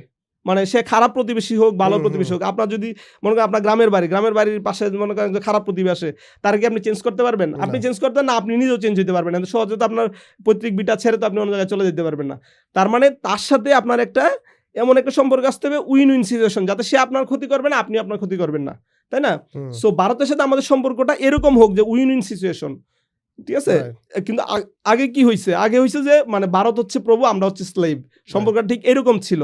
আমরা জাস্ট ওই সম্পর্কটা থেকে বের হয়ে আসতে চাই, মর্যাদাপূর্ণ একটা মানে অবস্থান, রিলেশনশিপ উইথ ডিগনিটি, ঠিক আছে? সো আমরা ওই রকম একটা সম্পর্কে আসতে চাই। এখন কথা হচ্ছে যে ওই রকম সম্পর্কটা আসলে কিভাবে সম্ভব হবে? এই জন্য তো মনে করেন ভারত তো অনেক বড় দেশ, ঠিক আছে? ইন্টারন্যাশনালি তাদের একটা ইনফ্লুয়েন্স আছে। তার মানে আমাদেরকে এরকম একটা সরকার লাগবে যার অ্যাকচুয়ালি মানে মেরুদণ্ডে অ্যাকচুয়ালি শক্তি আছে। সে ছোট হইলেও মানে সে ডিগনিটি নিয়ে কথা বলতে পারবে, প্রভু মানে বৃত্ত আচরণ করবে না, ঠিক আছে? যা ও প্রভু আমি বৃত্ত, এই আচরণ করবে না। সো এই জন্য যে জিনিসটা দরকার যে আমাদেরকে আগামী নির্বাচনে এমন একটা রাজনৈতিক দলকে আমাদেরকে সিলেক্ট করতে হবে যে আমরা অ্যাটলিস্ট মানে বলতেছি না যে এটাই অ্যাবসলিউট চয়েস, বাট অ্যাটলিস্ট এতটুকু গ্যারেন্টি পাবো যে হ্যাঁ ভারতের সাথে উইন সিচুয়েশনে কথা বলবে।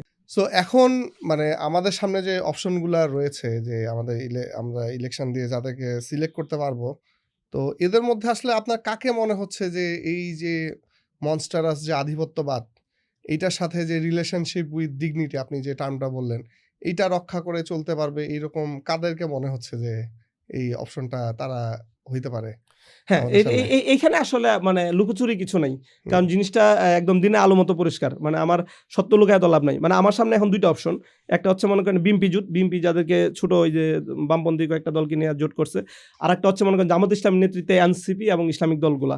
এখন যদি আপনি স্বাভাবিকভাবে চিন্তা করেন যে আসলে মানে কে ক্ষমতায় আসলে বা কাকে আমি যদি নির্বাচিত করা উচিত যে ভারতের বিরুদ্ধে উইন উইন সিচুয়েশনে কথা বলতে পারবে, এটা দিনে আলো মতোই পরিষ্কার। মানে এটা নিয়ে তো আর মানে এমন না জিনিসটা যে মানে একজন 90 আর একজন 85, সো এরকম ডিফারেন্সটা এরকম না যে দুইজনেই এটা করবে, বাট ডিফারেন্সটা হিউজ। কারণ আমরা জানি যে আসলে আপনি যদি পাস্ট পলিটিক্যাল অ্যাক্টিভিজম দেখেন, দেখেন, ইভেন 5ই আগস্টের পর যদি রাজনৈতিক দলগুলোর বিহেভিয়ার দেখেন, তাদের কথাবার্তা দেখেন, তাহলে তো জিনিসটা পরিষ্কার হয়ে যায় যে আসলে কোন দল ক্ষমতায় আসলে অ্যাকচুয়ালি আমাদের অ্যাটলিস্ট একটা উইন উইন সিচুয়েশন থাকবে, মানে যাই আবার ওই আওয়ামী লীগের মতো সবকিছু বিখায় দিয়া মানে বৃত্ত হয়ে যাবে না। মানে আপনি কি জামাত বা এনসিপির জোটটাকে এগিয়ে রাখছেন? হ্যাঁ, অবভিয়াসলি আমি তো অবশ্যই বলবো যে মানে দুইটা কারণ। এক হচ্ছে যে প্রথম কথা হচ্ছে যে আমরা যতই বলি জুলাই অভ্যুত্থানে তো সারা দেশে মানুষ নেমে আসছে, তো কোনো সন্দেহ নাই রাস্তায়, তাই না? বাট এখানে লিডিং পজিশনে কে ছিল, মানে লিডটা কে দিছে? এনসিপির ছেলেবেলাগুলো দিছে। Right. সো আমাদেরকে কিন্তু এটা স্বীকার করতে হবে যে ঠিক আছে সারা দেশে মানুষ রাস্তায় নেমে আসছে, ইটস অ্যাবসলিউটলি ফাইন। বাট এই জুলাই অভ্যুত্থানের নেতা হচ্ছে নাহিদ, এই জুলাই অভ্যুত্থানের নেতা হচ্ছে আসিফ, এই জুলাই অভ্যুত্থানের নেতা হচ্ছে যে হাসনাত, ঠিক আছে? তো আমাদেরকে কিন্তু এগুলো অস্বীকার করতে পারবো না। আপনি যদি বলেন যে হ্যাঁ ওরাই কেন ক্রেডিট, সাধারণ মানুষ তো নেমে আসছে, বাট এটা বুঝতে হবে যে সাধারণ মানুষ ওদের লিডেই কিন্তু নেমে আসছে। তাহলে এর আগে কেন আসে নাই? এর আগে কেন অনেক চেষ্টা করেছে? বিএনপি নেতৃত্বে কেন নেমে আসে নাই? জামাতের নেতৃত্বে কেন নেমে আসে নাই? সো ওরা হচ্ছে জুলাই অভ্যুত্থানের ফ্রন্ট পেজ, এবং ওরাই কিন্তু স্লোগান দিছে দিল্লি না ঢাকা, ঢাকা ঢাকা। সো তার মানে হচ্ছে যে আমাদের বুঝতে হবে যে অ্যাটলিস্ট ওরা অলরেডি রিলেশনশিপ উইথ ডিগনিটি ওরা মেনটেন করবে, এতটুকু ট্রাস্ট করা যায়, এটা একটা ফাই। সেকেন্ড, ভারত জামাতকে তাদের বন্ধু মনে করে না ঐতিহাসিকভাবে। কারণটা হচ্ছে কি যে মানে ভারত যেই ধরনের রিলেশনশিপ চায় জামাত সেই ধরনের রিলেশনশিপ দিতে পারবে না। জামাত মনে করেন 1-to-1 রিলেশনশিপ চায়, ঠিক আছে? 50-50 রিলেশনশিপ চায়, নট 10:90। সো এই ক্ষেত্রে জামাতকে আমি আগে রাখতে হবে। তার মানে হচ্ছে যে জামাত এনসিপি জোটটা হচ্ছে অ্যাকচুয়ালি যে আমি মনে করি যদি ক্ষমতায় আসতে পারে তাহলে বাংলাদেশের সাথে ভারতের সম্পর্কটা মানে যেটা আমি যে টার্মটা বললাম রিলেশনশিপ উইথ ডিগনিটি, এরকম একটা বর্তমান প্রেক্ষাপটে। হ্যাঁ, কিন্তু বর্তমান একসময় কিন্তু প্রেক্ষাপটে। ভাই আমরা ধরেন যখন আওয়ামী লীগ ছিল বা বিএনপি, দুইটা অপশন ছিল, তখন কিন্তু বিএনপি ওয়াজ মোর ধরেন আমাদের যে দেশের যে সার্বভৌমত্ব এইটার পক্ষে ছিল এবং এই যে আধিপত্যবাদের বিরুদ্ধে ছিল। সো আপনি কি মনে করছেন না যে বিএনপি ক্ষমতায় গেলে তাদের ওই পূর্বের যে অবস্থানটা এটা ধরে রাখতে পারবে? Pretty interesting question. এটা খুবই ইন্টারেস্টিং একটা কোয়েশ্চেন। হ্যাঁ, এটার কারণ আছে যে আপনি বললাম যে হ্যাঁ আগে তো আমাদের সত্যি কথা বলতে যে ভারতীয় আধিপত্যবাদের শক্তি হিসাবে আমরা বিএনপিকেই মানতাম। হুম, এটার কারণ ফার্স্ট হচ্ছে এটা প্রথম শুরু করছে কে? মানে জেনারেল জিয়া, তাই না? হুম, জিয়াকেই তো আমরা চিনি প্রথম হিসাবে, এবং সেই জন্য সে তাকে জীবনও দিতে হয়েছে, ঠিক আছে? এরপরে খালেদা জিয়ার সাথেও কিন্তু কখনোই ভারতের ওই সম্পর্ক মানে ছিল প্রভু না। গোলামের মতো ছিল না। খালেদা জিয়া সবসময় মনে করেন মেরুদণ্ড সোজা করে কথা বলছে, ঠিক আছে? হুম, হুম, এবং খালেদা জিয়ার একটা ফেমাস উক্তি আছে যে তাদের গলায় গোলামির জিঞ্জির, আমাদের হাতে স্বাধীনতার পতাকা। হুম, সো সুবহানাল্লাহ। এখন খালেদা জিয়াও নাই, শহীদ প্রেসিডেন্ট জিয়াউর রহমানও নাই। তার মানে এখন ওই বিএনপির যে আইডিয়ালস ছিল, বিএনপি ওই আইডিয়ালস থেকে অনেক দূরে সরে গেছে। এখন তার ছেলে তো আছে, তারেক রহমান তো তার আছে। ছেলে আছে, মানে জিনিসটা এরকম, মানে তার ছেলে থাকলেই মনে করেন সে জাস্ট খালি খালেদা জিয়া এবং প্রেসিডেন্ট জিয়াউর রহমানের ছেলে দেখি যে সে আইডিয়ালস ক্যারি করবে তার কোনো গ্যারান্টি নাই।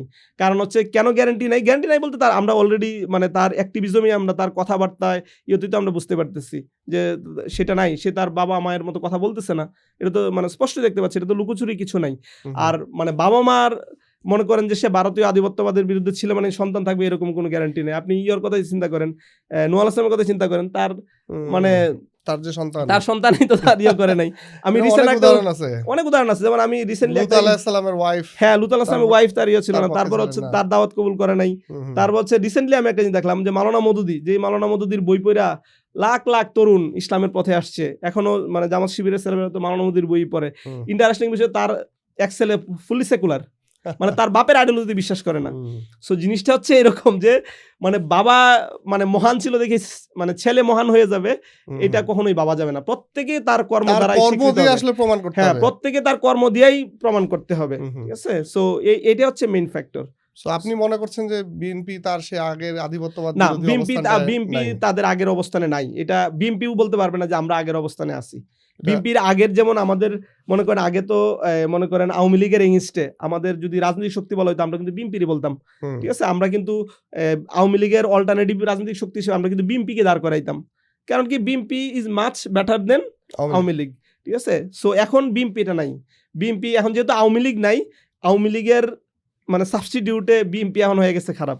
এটা মানতে হবে, এটা কিছু করার নাই। কারণ হচ্ছে যে মনে করেন 1, 2, 3 ধরেন খারাপের দিক দিয়ে 1, 2, 3, তাহলে এখন আগে আওয়ামী লীগ বেশি খারাপ ছিল, সো এটা পপ সেকেন্ডে চলে আসছে বিএনপি এখন।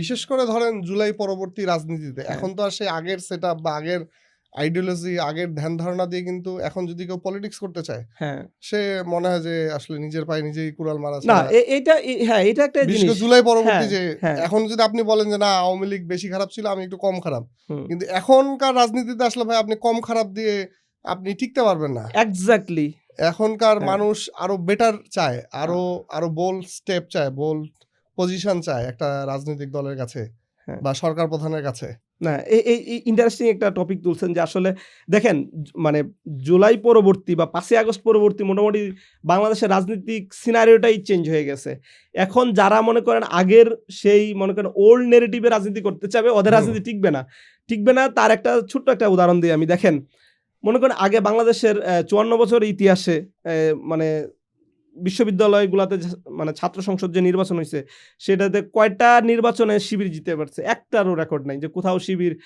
জিতে আসতে পারছে তাই না বা একটা হুম বিপি হয়েছে একটাও রেকর্ড নাই ইভেন ঢাকা বিশ্ববিদ্যালয়ে তারা কখনো একটা দাঁড়াইতেই পারে নাই কখনো একটা প্রকাশ্যে একটা প্রোগ্রামও করতে পারে নাই কিন্তু আপনি দেখেন তাদের বিরুদ্ধে এই যে মনে করেন রাজাকার স্বাধীনতা বিরোধী রক্কাডে হাবিজাবি কত মানে ন্যারেটিভ ন্যারেটিভ মানে অভিযোগ যেটাকে বলে ঠিক আছে তো 5ই আগস্টের পর তো কিন্তু এগুলা করে নাই কোনো কিছুই কিন্তু কাজে আসে নাই কারণ মানুষ বুঝছে যে আসলে মানে কে আসলে ভালো কে মন্দ 5ই আগস্টের পর মানুষ এটা জাস্টিফাই করতে পারছে আরও একটা ওই যে হাসিনা 17 বছর শাসন দেখার পরে মানুষের বিরুদ্ধে ওই রিয়েলাইজেশনটা আসছে আসলে এখন আর আগে তো মনে করেন ওই ন্যারেটিভগুলা বিল করা হয়তো পত্রিকার মাধ্যমে মনে করেন প্রথম আলো ডেইলি স্টার যা লিখতো সেটাই নাউজুবিল্লাহ মানে কোরআনের আয়াতের মতো মানুষ বিশ্বাস করতো কারণ আবার মনে করেন একটা ডাহা মিথ্যা কথা লিখলেও আপনার প্রতিবাদ করার কোনো জায়গা নেই ঠিক আছে সো আপনার মনে করেন ও যে মিথ্যাটা লিখছে সেটা অলরেডি মনে করেন যে 1 কোটি মানুষের কাছে পৌঁছে গেছে মিথ্যাটা এর মাঝে হয়তো বা ধরেন যে ধরলাম যে 50 লাখ মানুষই সেটার প্রতিবাদ করবে কার কাছে করবে কোনো মিডিয়া নাই কার কাছে নাই বাট এখন কিন্তু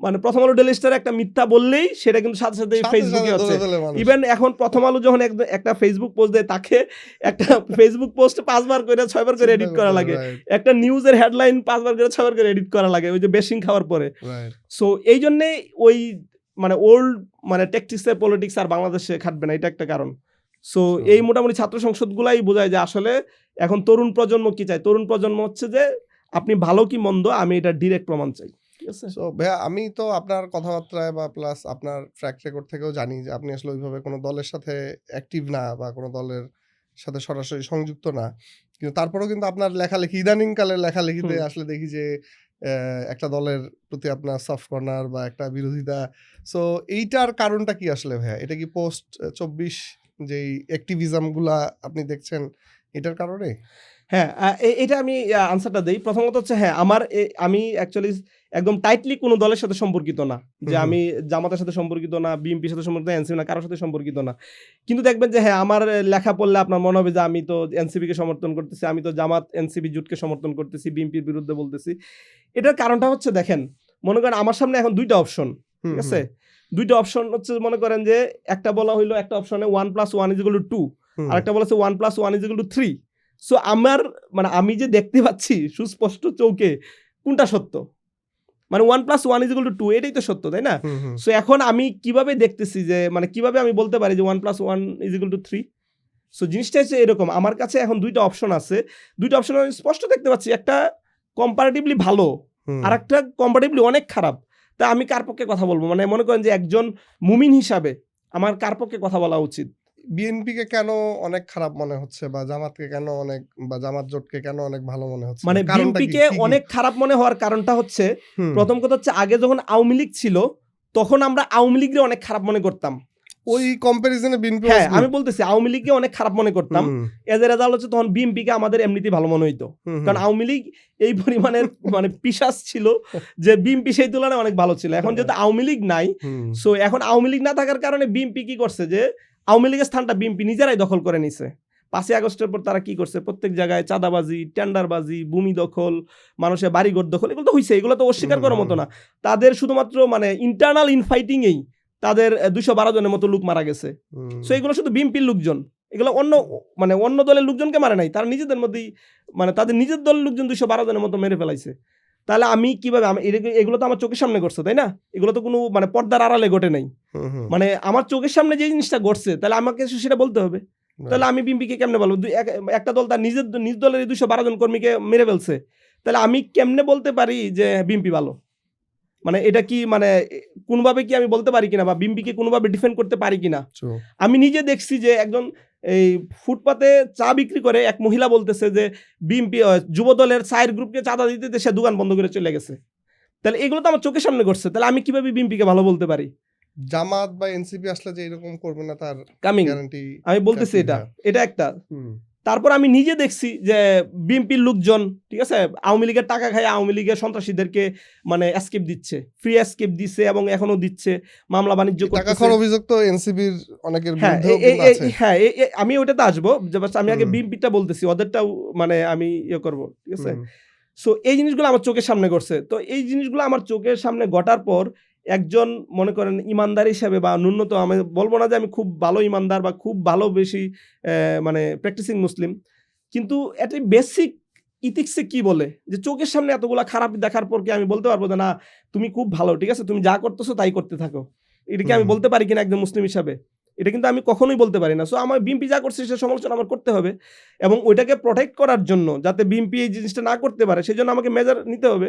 ওই যে বললাম রাসূল সাল্লাল্লাহু আলাইহি ওই হাদিস যে তুমি যদি দেখো কোথাও অন্যায় হচ্ছে তাহলে প্রথমত তুমি সেটা হাত দিয়ে থামাও, যদি না পারো তাহলে কি করতে হবে, তুমি মুখ দিয়ে বলো, আর যদি সেটার ক্ষমতাও তোমার কাছে না থাকে তুমি অন্তর দিয়ে ঘৃণা করো। তো এখন বিএনপি এই যে এই কাজগুলো করতেছে, আমার তো হাত দিয়ে থামানোর ক্ষমতা নাই। সেকেন্ড অপশন হচ্ছে যে আমার মুখ দিয়ে বলার মানে ক্ষমতাটা আছে, আমি এটা বলতেছি। কিন্তু ওই যে যেটা বললাম যে ভাইয়া যে আমরা কিন্তু জামাতের এমপি দেখেছি আমাদের এলাকায় 2 বছর 2 টার্ম জামাতের এমপি ছিল, তাদের বাড়ি থেকেও কিন্তু ত্রাণের টিন বিভিন্ন সরকারি অনুদানের জিনিসপত্র পাওয়া গেছে ওই সময় 2008-এর ওই সময়টায় 1/11-এর সরকারের সময় যখন ওই যে অনেক পলিটিক্যাল লোকজনের বাসায় রেড টেড হইলো। তারপরে রিসেন্ট এনসিপির অনেকের বিরুদ্ধে কিন্তু চাঁদাবাজি বা এই যে আওয়ামী লীগকে শেল্টার দেওয়া এই বিষয়গুলোর অভিযোগ কিন্তু আমরা দেখি। সো তারা কি আসলে এই জায়গাটায় এই ভালো কিছু করতে পারবে? আচ্ছা, এটা প্রথমত আমি এই জিনিসটা বলি যে জামাতের জিনিসটা বলি যে আমি বলতেছি না জামাত ফেরেস্তা, ফার্স্ট ওয়ান। জামাত ফেরেস্তাও না, জামাত ইয়েও না, ঠিক আছে, জামাতও মানুষ, বাট আমাকে দেখতে হবে কম্পারেটিভলি কে ভালো। মনে করেন সেম অভিযোগগুলা হ্যাঁ জামাতের বিরুদ্ধে যদি বিএনপির বিরুদ্ধে 10টা থাকে জামাতের বিরুদ্ধে একটা আছে, এটাই তো সত্য। মানে বিএনপির বিরুদ্ধে যদি 10টা থাকে জামাতের বিরুদ্ধে একটা আছে, তার মানে আমার কি করতে হবে, মানে আমি কি বিএনপি বড় দল এই জন্য হয়তো তার ভলিউমটা বেশি। হ্যাঁ বিএনপি বড় দল, ভলিউমটা তার বেশি, বাট 5ই আগস্টের পর কি হয়েছে যে 5ই আগস্টের পর আপনি রিসেন্ট যদি এগুলা দেখেন মানে 5ই আগস্টের বিএনপি জামাতও তো বড় দল, এটা তো আপনি অস্বীকার করতে পারবেন না। মানে আপনি এটা তো অস্বীকার ক্ষমতা নাই, মানে বিএনপি যে কাজগুলো করতেছে সেই কাজগুলো করা জামাতের ক্ষমতা আছে, বাট তারা করতেছে না। হ্যাঁ বললাম যে করতেছে না একেবারে না, বললাম যে বিএনপি যদি 10টা করে জামাত একটা করতেছে, তার মানে এখানে মানে আপনি যদি ম্যাথমেটিক্যাল রেশিওতেও আসেন জামাত এখানে বেটার চয়েস। মানে লেস এভিল কে আপনি লেস ইভিল আমাকে এটাই ধরেন যে লেস ইভিল কে চুজ করতে হবে। স্বাভাবিকভাবে আমি দেখবো যে মানে কোনটা চুজ করলে আমার ক্ষতি কম হয়, এটাই তো দেখবো, তাই না? সো এখানে আসলে বিএনপির বিষয়টা আমি আপনার কথা থেকে যেরকম আমার একটা উদাহরণ মাথায় আসতেছে আর কি, যে ওই এক লোককে জিজ্ঞেস করা হয়েছে যে অমুক লোকটা কি লম্বা না খাটো, তো বলছে ও লম্বা আবার খাটো। তো এটা কিভাবে একটা মানুষ লম্বা হয় আবার এট দ্য সেম টাইম খাটো হয় কি হয়? সো বলছে যে ও যখন লম্বা মানুষের সামনে দাঁড়ায় ও তখন খাটো, আর ও যখন খাটো মানুষের সাথে দাঁড়ায় ও তখন লম্বা। সো এতদিন আসলে বিএনপি ওই যে লম্বা শয়তান আওয়ামী লীগের সাথে ছিল ওই জন্য ওকে মনে হচ্ছে না ও একটু লেস এভিল। বাট এখন যখন আরো একটু বেটার অপশনের কাছে ও দাঁড়াচ্ছে তখন মনে হচ্ছে যে না বিএনপি তো আসলে ভালো কাজ করছে না, এই কাজগুলো তো ভালো হচ্ছে না। এক্স্যাক্টলি এটাই মানে এটাই অ্যাকচুয়ালি যে এখন বিএনপি কে বুঝতে হবে তার কম্পিটিটর আওয়ামী লীগ না, তার কম্পিটিটর হচ্ছে জামাত এনসিপি। সো বিএনপি যদি আসলে আমার মন জয় করতে চায় বা আমার পোস্ট 24 এরা হ্যাঁ মানে যদি সাধারণ জনগণ আর ওই আগের জনগণ নাই যে তুমি ঝাড়ি দিবা বকা দিবা বাসায় যে ঢুকে যাবে কম্বলের তলে, এই জেনারেশন আর এখন নাই। মানে এখন জিনিসটা হচ্ছে দেখেন যেহেতু আওয়ামী লীগ নাই, বিএনপি যদি আমার সাপোর্ট পাইতে চায় তাহলে বিএনপি কে অবশ্যই জামাতে থেকে ভালো হইতে হবে, অবশ্যই এনসিপি থেকে ভালো হইতে হবে। সো এই জন্যই আমি বললাম যে বিএনপি জামাত এবং এনসিপি এর ভিতরে আমাকে তো যে লেস সিভিল তাকে আমার চুজ করতে হবে, এবং এটাই তো ইমানের দাবি, মানে কার দ্বারা আমার ক্ষতি হওয়ার সম্ভাবনা কম। রাইট। সো এইখানে ভাইয়া আমরা তো যেহেতু বিজব্রো পডকাস্ট আমাদের আসলে আমরা বিজনেস সেন্ট্রিক না, আমি খুবই ধরেন এই এপিসোডটা করে গালাগালি খাবো বা লেবেল খাবো। হ্যাঁ এখন তো গুপ্ত ট্যাগ দেওয়া খুব সহজ যে অমুক গুপ্ত অমুক, না হ্যাঁ, লেভেলের কিছু নাই, মানে আমাদের হ্যাঁ। ইটস ক্লিয়ার আমাদের কোনো পলিটিক্যাল মানে পার্টিনিং নাই, আমাদের I কোনো don't care পলিটিক্যাল ভাইয়া, মানে মানে actually ইনক্লাইনেশন নাই, হ্যাঁ, তারপর হচ্ছে কোনো কানেকশনও নাই। সো রাইট, জিনিসটা হচ্ছে আমরা যেটা বলতেছি সেটা হচ্ছে জাস্ট একজন সচেতন নাগরিক হিসাবে ট্রু। আমাদের সামনে মনে করেন একদম মানে আমরাও কোনটা চাই সঠিক। যে বিএনপি হ্যাঁ, আরো বেটার বিএনপি হ্যাঁ, হোক। অবভিয়াসলি ২৪ পরবর্তী যে রাজনৈতিক প্রেক্ষাপট, এক্স্যাক্টলি সেখানে আমরা চাই এক্স্যাক্টলি সব দল আসলে এখানে ওই যে আগের মতো আপনি বললেন যে প্রভু এবং দাস। সো এই প্রভু দাস কিন্তু আমার দেশেও এক্সিস্ট করে। হ্যাঁ আমরা কিন্তু পলিটিক্যাল যারা আছে ফিগার বা আমলা আছে তাদের কাছে আমরা কিন্তু সাধারণ জনগণ দাস। তারা হচ্ছে আমাদের প্রভু, আমরা হচ্ছি তার দাস। সো আমরা যেমন পাশের দেশের প্রভুত্ব নিই নাই বা নিব না, আমরা আমাদের দেশের এই মানুষের প্রভুত্ব কিন্তু আমরা নিব না, সহ্য করব না সহ্য এই করবো না। ২৪ পরবর্তী এই সময়টাতে। এখানে তো আরেকটা এই দেশে জিনিস, আসলে যদি পলিটিক্স করতে হয়, আসলে এই ২৪ পরবর্তী বাস্তবতা মেনেই আসলে আমাদের সবার পলিটিক্স করতে হবে। এখানে আরো একটা জিনিস, আসলে বিএনপিকে আমরা সমালোচনা করি, এর কারণ কিন্তু আমরা বিএনপি ভালো হয়ে যাক এটা চাই।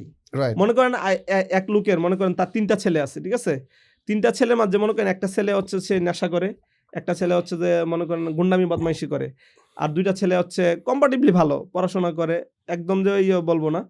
তাহলে মানে একজন প্যারেন্টস হিসাবে কোন ছেলেটাকে প্রতি বেশি অ্যাটেনটিভ হইতে হবে, কোন ছেলেটাকে মানে ঠিক করার জন্য বেশি যে চেষ্টা করতে বেশি হবে? দুষ্ট ওরে ঠিক হ্যাঁ, করতে হবে। স্বাভাবিক। সো আমরা বিএনপিকে মনে করেন বিএনপির সমালোচনা করি এই জন্য না যে আমরা বিএনপির শত্রু, ঠিক আছে? আমরা বিএনপির শত্রু না, ঠিক আছে? বিএনপির সমালোচনা করি বা আমরা বিএনপির ইনিমিও না, বিএনপির সমালোচনা করি এই জন্য বিএনপি যে যে দুলু আমরা সাহেব যে চাই কাজ বিএনপি যাতে আরেকটা আওয়ামী লীগ হয়ে না ওঠে, আমাদের ঠিক লালমনিরহাটে, আছে? আমার বাসা তো হ্যাঁ, নীলফামারী, তিস্তাপাড়ে বাড়ি আমার। তো হ্যাঁ, দুলু সাহেব যে কাজটা করছে এটা তো আমরা সবাই অ্যাপ্রিশিয়েট করছি, হুম, তাই না? এবং তারেক রহমানও কিন্তু অনেক চেঞ্জ আনার চেষ্টা করতেছে, হুম, এটাও কিন্তু আমরা অ্যাপ্রিশিয়েট করতেছি সবাই মিলে। হ্যাঁ, বাট তাদের যে খারাপগুলো আসলে খারাপকে খারাপ বলতে হ্যাঁ, হবে মানে তাদের এটা সংশোধনের তো উদ্দেশ্যে। ইমানের দাবি। আপনার মানে হুম, কি বলে আপনাকে? মিথ্যাকে মিথ্যা বলা তো ইমানের দাবি, ঠিক আছে? চোখের সামনে আপনি যেটা দেখতেছেন সেটাকে যদি আপনি উল্টা বলেন তাহলে তো আপনার ইমানই থাকবে না।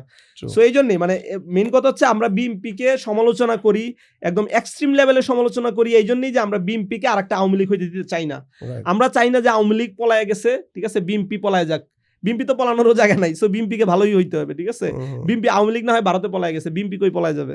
বিএনপি তো পলানোর ওদের আর কোনো দেশ নাই, ঠিক আছে? true, সো আমরা বিএনপির সমালোচনা করি এইজন্যই যে বিএনপি যাতে আওয়ামী লীগ না হইয়া ওঠে। That's it. right. সো এখানে যেই প্রসঙ্গটা আসলে বলতে চাচ্ছিলাম যে আমরা তো বিজনেস সেন্ট্রিক হুম, পডকাস্ট, আমাদের পডকাস্ট আসলে ব্যবসায়িক বা ব্যবসা এনথুজিয়াস্ট লোকজনই বেশি দেখে। সো একটা সময় আসলে ধারণা করা হতো, ওই যে বললাম যে লম্বা আর খাটোর যে হুম, হুম, উদাহরণ, যখন আওয়ামী লীগ ছিল তখন আসলে মনে করা হতো যে BNP is more business friendly government এবং তাদের অ্যাক্টিভিটিগুলো ওইরকম ছিল।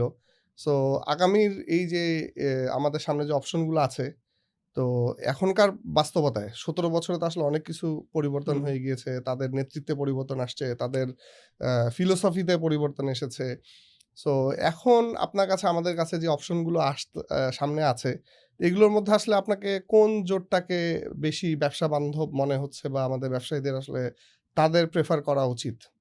আচ্ছা, মানে ব্যবসা বান্ধব বলতে আমি একদম হাই লেভেলে যাব না। হুম, কারণ হুম, আমি কোনো ইকোনমিস্ট না বা এই ধরনের আমার কোনো জ্ঞান নাই। বাট আমি যদি বলেন যে মনে করেন একজন সাস্টল একটা লোকের সাস্টল আছে, তার যে ব্যবসাটা ছোট হুম, ব্যবসা। তো আমি যদি ধরেন আমি একজন চা ব্যবসায়ী, ঠিক আছে? তো আমি আমার ব্যবসাটার কথা চিন্তা করি। এখন আমি দেখতেছি ৫ই আগস্টের পর আইসা বিএনপির ৪ গ্রুপে আইসা চাঁদাবাজি করে। তাহলে আমার ব্যবসাটা থাকবে কই? ট্রুলি মানে ৪ গ্রুপে হুম, এসে চাঁদা চায়, তাহলে আমার ব্যবসাটা থাকবে কই? তার মানে আমাকে এমন একটা সরকারকে আনতে হবে যেই সরকার এট লিস্ট চাঁদাবাজিটা করবে না। মানে বাংলাদেশের ব্যবসায়ীদের কাছ থেকে মানে মনে করেন ব্যবসায়ীরা মু একটা তাদের প্রফিটের একটা বড় অংশই দেয় হচ্ছে চাঁদায়। হুম, হুম, মানে এটা তো অস্বীকার করার কিছু নাই। তো আপনি হুম, যদি এই জিনিসটা বন্ধ করতে পারেন, তার মানে এটাই তো ১ম স্টেপ মানে হুম। ব্যবসায়ী বান্ধব হওয়ার। সো মানে ১ম স্টেপই তো এইটা। সো আপনি এরপরে না হচ্ছে আপনার হায়ার লেভেলের থিওরি আসবে। কিন্তু আমাকে তো ১ম এটা দেখতে হবে যে আমার সকালে হ্যাঁ। উঠে কাকে চাঁদা দিতে হইতেছে আর কাকে চাঁদা দিতে হইতেছে না। এটা তো ধরেন মাইক্রো লেভেলে বললেন, হ্যাঁ, কিন্তু আমি এমন মাইক্রো একটা ধরেন পলিসি মেক করলো যে ধরেন সেটা ব্যবসার পক্ষে গেল না, লোন পাচ্ছি না, আমরা ব্যাংকে টাকা নাই, হুম, ব্যাংক আওয়ামী লীগ যেভাবে ফোকলা করে দিছে, হুম। যেমন ফাহাম ভাইরা বলতেছে যে জামাতের কোনো অর্থমন্ত্রী সে খুঁজে পাচ্ছে না। হ্যাঁ, সো এরকম যদি ধরেন টপ টিয়ারে এরকম কম্পেটেবল লোক না থাকে, তাহলে তো আসলে ওকে ধরেন ফাইন। চাঁদাবাজি বন্ধ হইলো, কিন্তু এমন পলিসি তৈরি করলো যেটা আসলে ব্যবসা বান্ধব হচ্ছে না লং টার্মে, বা ম্যাস পিপলের জন্য আসলে এটা ইফেক্টিভ হচ্ছে না। ওকে তখন ফাইন, কি হবে আসলে ভাইয়া? হ্যাঁ যদিও আমি মনে করেন ইকোনমিক্স না, তারপরও আমি আনসারটা দিয়ে এইভাবে দেন। দেখেন মনে করেন যে আমার কাছে এই ইকোনমিক্সের নলেজ নেই, তারপরও আমি একটা জিনিস বলি, আমার কাছে যেই মানে ক্লিয়ার পিকচারটা আছে, আপনি দুইটা দল হিসাবে দেখেন, বিএনপি এবং জামাত, মানে কারা অ্যাকচুয়ালি মেইন বিজনেস করে। মানে আপনি যদি দেখেন জামাত অ্যাকচুয়ালি একটা ব্যবসায়িক দল বলা চলে। জামাতের ব্যবসাগুলো আপনি দেখেন, ওদের ব্যবসায়ী সংখ্যাই বেশি আসলে, ওদের সবাই মানে ব্যবসায়ী। দেখেন জামাতের ইসলামী ব্যাংক আছে, ইসলামিক হসপিটাল আছে, তারপর ইবনে কেয়ার সিনা। ইবনে সিনা আছে। সো জামাত অ্যাকচুয়ালি দেখবেন যে বাংলাদেশের বড় বড় বেশিরভাগ ব্যবসা প্রতিষ্ঠানে কিন্তু জামাতের সাথে সম্পৃক্ততা আছে। কারণ জামাত অলরেডি একটা ব্যবসায়িক দল, সেখানে বিএনপির আপনি কয়টা ব্যবসায়ীর নাম বলতে পারবেন? না, বলেন যে বিএনপি তো বিএনপি, আছে অনেক ব্যবসায়ী। ওকে ফাইন, বিএনপির একটা কনসার্ন বলেন, মানে দলগতভাবে একটা কনসার্ন বলেন। দলগত নাই, বাট ধরেন মির্জা আব্বাসদের আছে ঢাকা ব্যাংক বা এই ধরনের। হ্যাঁ অনেক- ব্যক্তিগতভাবে থাকতে পারে, বাট দলগত হিসাবে দেখেন তাহলে আপনি কিভাবে বলেন যে মানে জামাত ইসলামী ব্যবসা বান্ধব দল হবে না? তারা তো অলরেডি আওয়ামী লীগ আমলেও তো তারা ব্যবসা করে সার্ভাইভ ওই যে করছে, ফার্ম ভাইরা যে সিচুয়েশন। ইকোনমিস্ট বা ফাইন্যান্স মিনিস্টার খুঁজে পাচ্ছে এগুলা না। এইগুলা হচ্ছে জাস্ট মানে কি বলবো, জাস্ট মানে মানে আমি কি বলবো, মানে ব্যাড ন্যারেটিভ। জাস্ট হচ্ছে যে তারা ওকে, আমি এই জিনিসটার আনসারটা এইভাবে দেই যে এটা বলার কারণ হচ্ছে, আমি আমার পার্সোনাল ওপিনিয়ন এটা, যে ফাহাম ভাই কেন এই কথাটা বললো, যে এটা কারণ উনি দেখতে পারছে যে আসলে সাধারণ মানুষের সেন্টিমেন্ট অলরেডি শিফট হয়ে গেছে। মানে শিফট হয়ে গেছে বলতে জামাত এনসিপি জোটের দিকে সাধারণ মানুষের সেন্টিমেন্ট শিফট হয়েছে। এখন এই জিনিসটাকে মনে করেন মানে কাউন্টার করবে, যে বিএনপি যে কাউন্টার করবে, তাদের কাছে তেমন কোনো নেগেটিভ নাই। কারণ সে বলতে পারবে না যে আমি জামাত থেকে ভালো আমাকে ভোট দাও, আমি এনসিপি থেকে ভালো আমাকে ভোট দাও, তাদের ওই নেগেটিভ নাই। সে কিন্তু বলতে পারবে না দেখো এই যে জামাত 212টা খুন করছে, আমি বিএনপি একটা খুনও করি না, আমাকে ভোট দাও। এই দেখো জামাত বিভিন্ন জায়গায় চাঁদাবাজি করছে, আমি বিএনপি চাঁদাবাজি করি না, আমাকে তুমি ভোট দাও। তাদের এই ধরনের কোনো বলার কোনো ইয়ে নাই। সো এখন তারা বলতেছে এটা যে মানুষকে বোঝাইতে যাচ্ছে দেখো তুমি তারা প্রস্তুত না। হ্যাঁ তুমি তাকে ভোট দিবা, কিন্তু সে দেশ চালানোর জন্য প্রস্তুত না। এটা হচ্ছে একটা জাস্ট রাবিশ লেভেলের, মানে একদম রাবিশ লেভেলের একটা মানে অপিনিয়ন। এর চেয়ে রাবিশ অপিনিয়ন আর হইতেই পারে না। ঠিক আছে, জামাত আপনি মানে আপনি যদি ওভারঅল যদি বলেন মানে কোয়ালিফিকেশন দিক থেকে জিজ্ঞেস করেন, আপনি জামাতের 10টা কর্মী নিয়ে আসেন আর বিএনপি 10টা কর্মী নিয়ে আসেন, এদের কম্পেয়ার করেন, দেখেন কোয়ালিটি কাদের। আরেকটা সংখ্যাও তো ভাইয়া জামাত নিয়ে দেখা যায় যে এই যে যেটা আমরা একটু আগে কভার করলাম, জাতিপত্যবাদ বিরোধিতা বা এস্টাবলিশমেন্টের বিরোধিতা। হ্যাঁ, আমরা জামাতের কাছে এক্সপেক্ট করছি যে ঘুষ খাবে না, ঘুষ নিতেও দিবে না। হ্যাঁ, সো এই এস্টাবলিশমেন্ট বা এই যে আধিপত্যবাদ, তারা কি জামাতকে গুড টাইম দিবে নাকি হার্ড টাইম দিবে বা টিকতে দিবে না, এই ধরনের তো একটা সংখ্যা থেকেই যায়। এটাও কিন্তু বলা হচ্ছে। এটা হচ্ছে ওকে ফাইন, এটা থাকতেই পারে। মানে এটা যে হার্ড টাইম দিবে নাকি গুড টাইম দিবে, এটা নির্বাচনের পরেই বোঝা যাবে। সো এটা নিয়ে এটা এখন থেকে অবশ্য বিএনপিও মুক্ত না। হ্যাঁ, মানে এটাতে কেউ নাই। এখন জিনিসটা হচ্ছে এরকম যে এই প্রশাসন তো পুরাটাই এখন আওয়ামী লীগের, তাই না? মানে পুরা সেটআপটাই তো আওয়ামী লীগের রয়ে গেছে। সো এটা বিএনপি আসলে যেরকম স্ট্রাগল করবে, আওয়ামী লীগ কি বলে জামাত আসলে ওই রকম স্ট্রাগলই করবে। সো এটা নিয়ে এটা এখন মেইন কনসার্ন না, মেইন কনসার্ন হচ্ছে আগে ইলেকশন, কে ভালো মানে হ্যান্ডেল ফেয়ার করতে ইলেকশনটা। পারবে। হ্যাঁ, এই না পরবর্তী সিচুয়েশনটা, মানে আমরা তো আসলে ভবিষ্যৎ বিবেচনা করেই তো আসলে ডিসিশনটা নেওয়া উচিত। এইরকম সিচুয়েশনে কে ভালো হ্যান্ডেল করতে পারবে, জামাত জোট নাকি বিএনপি জোট? ধরেন এই ধরনের যে সিচুয়েশনটা, এই যে টোটাল এস্টাবলিশমেন্টকে পরিষ্কার করা। এখানে দুইটা জিনিস আছে। একটা হচ্ছে যে আপনি কি মানে এস্টাবলিশমেন্ট এখন যে করাপ্টেড যে সিস্টেমটা আছে, এই সিস্টেমটা কি আপনি কারেকশন করতে চান নাকি এই সিস্টেমটার সাথে মিলেমিশে থাকতে চান? আপনি যদি বলেন যে আমি এই সিস্টেমের সাথে মিলেমিশে থাকতে চাই, তাহলে বিএনপি বেটার অপশন, বিএনপি ওদের সাথে মিশে যাবে।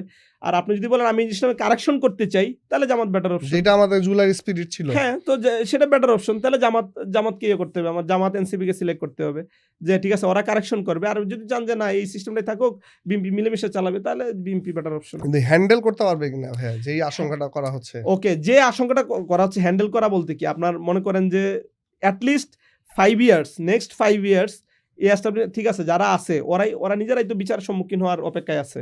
ঠিক আছে, ওরা উল্টারি বলতো অনেক পরের বিষয়, ওরা নিজেরাই কিভাবে বাঁচবে, যে কারণ 17 বছর তো অপরাধ তো কম করে নাই, অপকর্ম তো কম করে নাই। ঠিক আছে, সো এই জন্য বললাম যে বরং ওরা চাচ্ছে বিএনপি আসুক, বিএনপি আসলে অ্যাটলিস্ট যদি ওরা ওদের অপকর্মগুলার বিচার থেকে বাঁচতে পারে। বাট যদি জামাত এনসিপি জোট আসে, তাদেরকে তো অবশ্যই ওই ট্রায়াল ফেস করতে হবে, কারণ তারা যে অপকর্ম করছে সেই ট্রায়ালগুলো তারা ফেস করবে না। এইখানে আমরা তো ধরেন ওয়ার্ল্ড পলিটিক্সে অনেক প্রক্সি ওয়ার দেখেছি, কিন্তু আমরা এই গত 1.5-2 বছরে কিন্তু একটা আমরা বাংলাদেশের ভিতর দেখলাম যে প্রক্সি আন্দোলন, রিক্সা লীগ, নার্স লীগ, হ্যাঁ, এরকম বিভিন্ন প্রায় ইউনূস সরকারকে কিন্তু অসংখ্য আন্দোলন ফেস করতে হয়েছে। সো এই যে আপকামিং যেই সরকার যেই আসুক, তাকে তো এরকম প্রক্সি আন্দোলনের সম্মুখীন হতে হবে।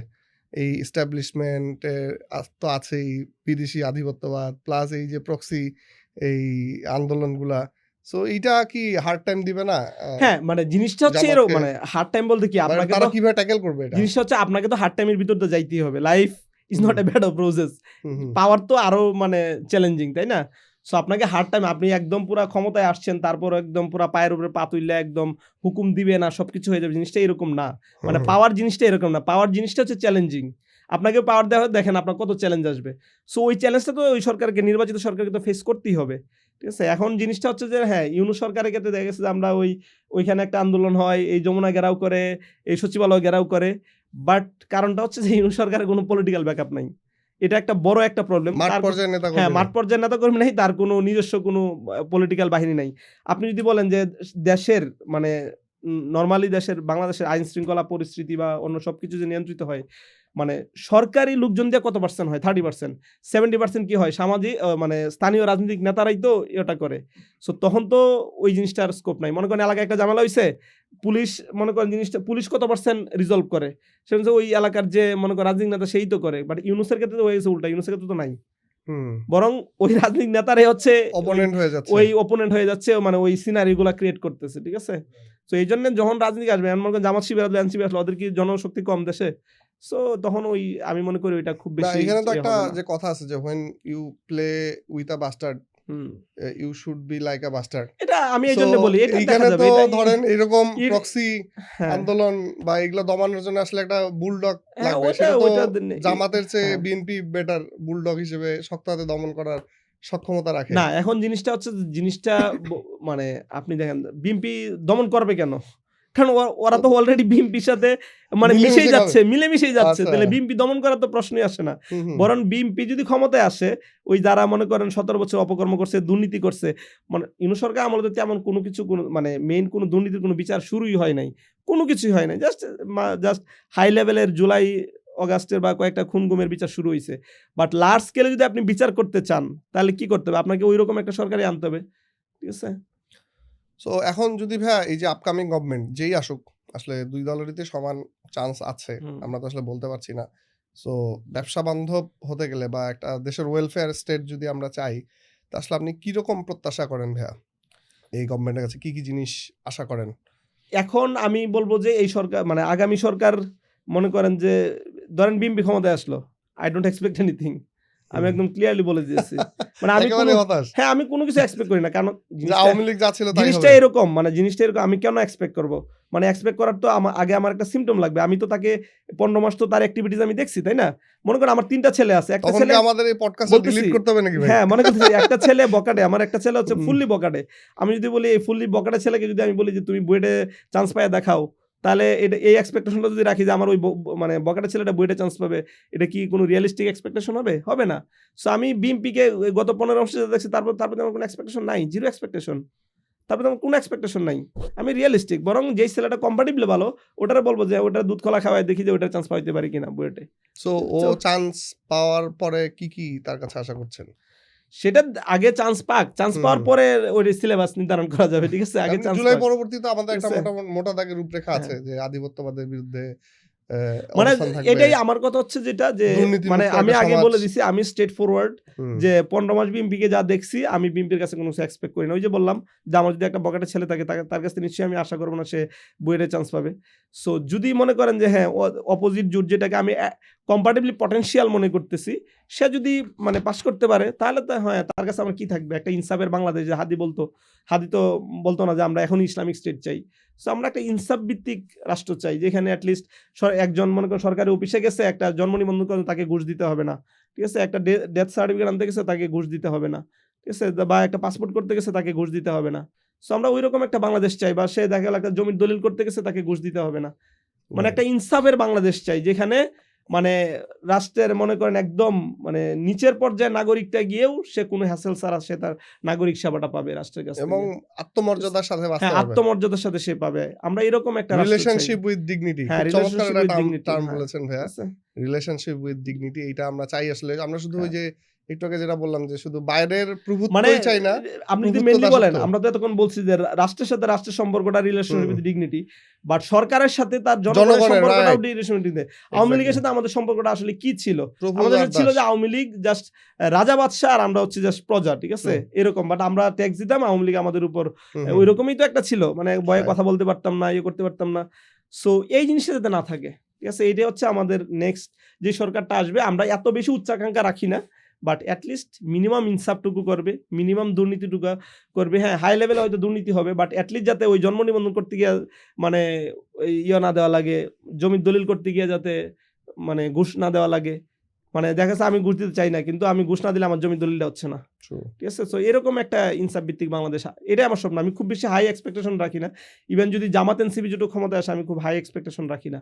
বাট আর ওরা আসলে যদি, দরকারও নাই তো ভাই। হ্যাঁ, ওরা যদি এই জিনিসগুলা করতে পারে যে ঠিক আছে, এনাফ। হ্যাঁ, যে দ্যাটস এনাফ, ঠিক আছে। কিন্তু আমি এটা নিয়ে আমি অ্যানালিসিস করে দেখলাম। আমার লাইফে হুম, আমার কখনোই আমার এলাকার এমপির কাছে আমার কখনো যাইতে হয় নাই। হ্যাঁ।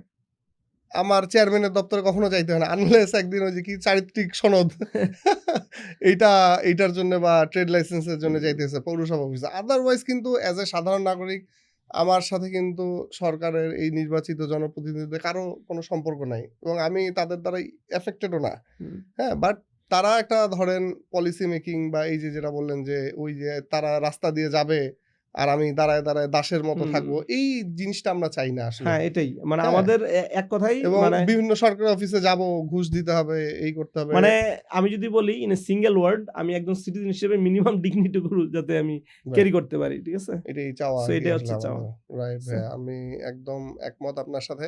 এখন একটু যদি ভাইয়া একটা ক্রিটিক্যাল বা সেনসিটিভ একটা ইস্যুতে আসি যে আমাদের যে পিউরিটান ইসলামিস্ট যারা আছেন, যারা তাদের মধ্যে কিন্তু অনেকেই ধরেন গণতন্ত্র বা এইসব ভোটাভুটি এই জিনিসগুলা অনেকেই তারা পছন্দ করছেন না বা তারা এটা থেকে দূরে থাকতে চাচ্ছেন এবং নট অনলি দ্যাট অন্যকে ইন্সপায়ার করতেছেন যে না এইসবের সাথে আসলে যাওয়া যাবে না।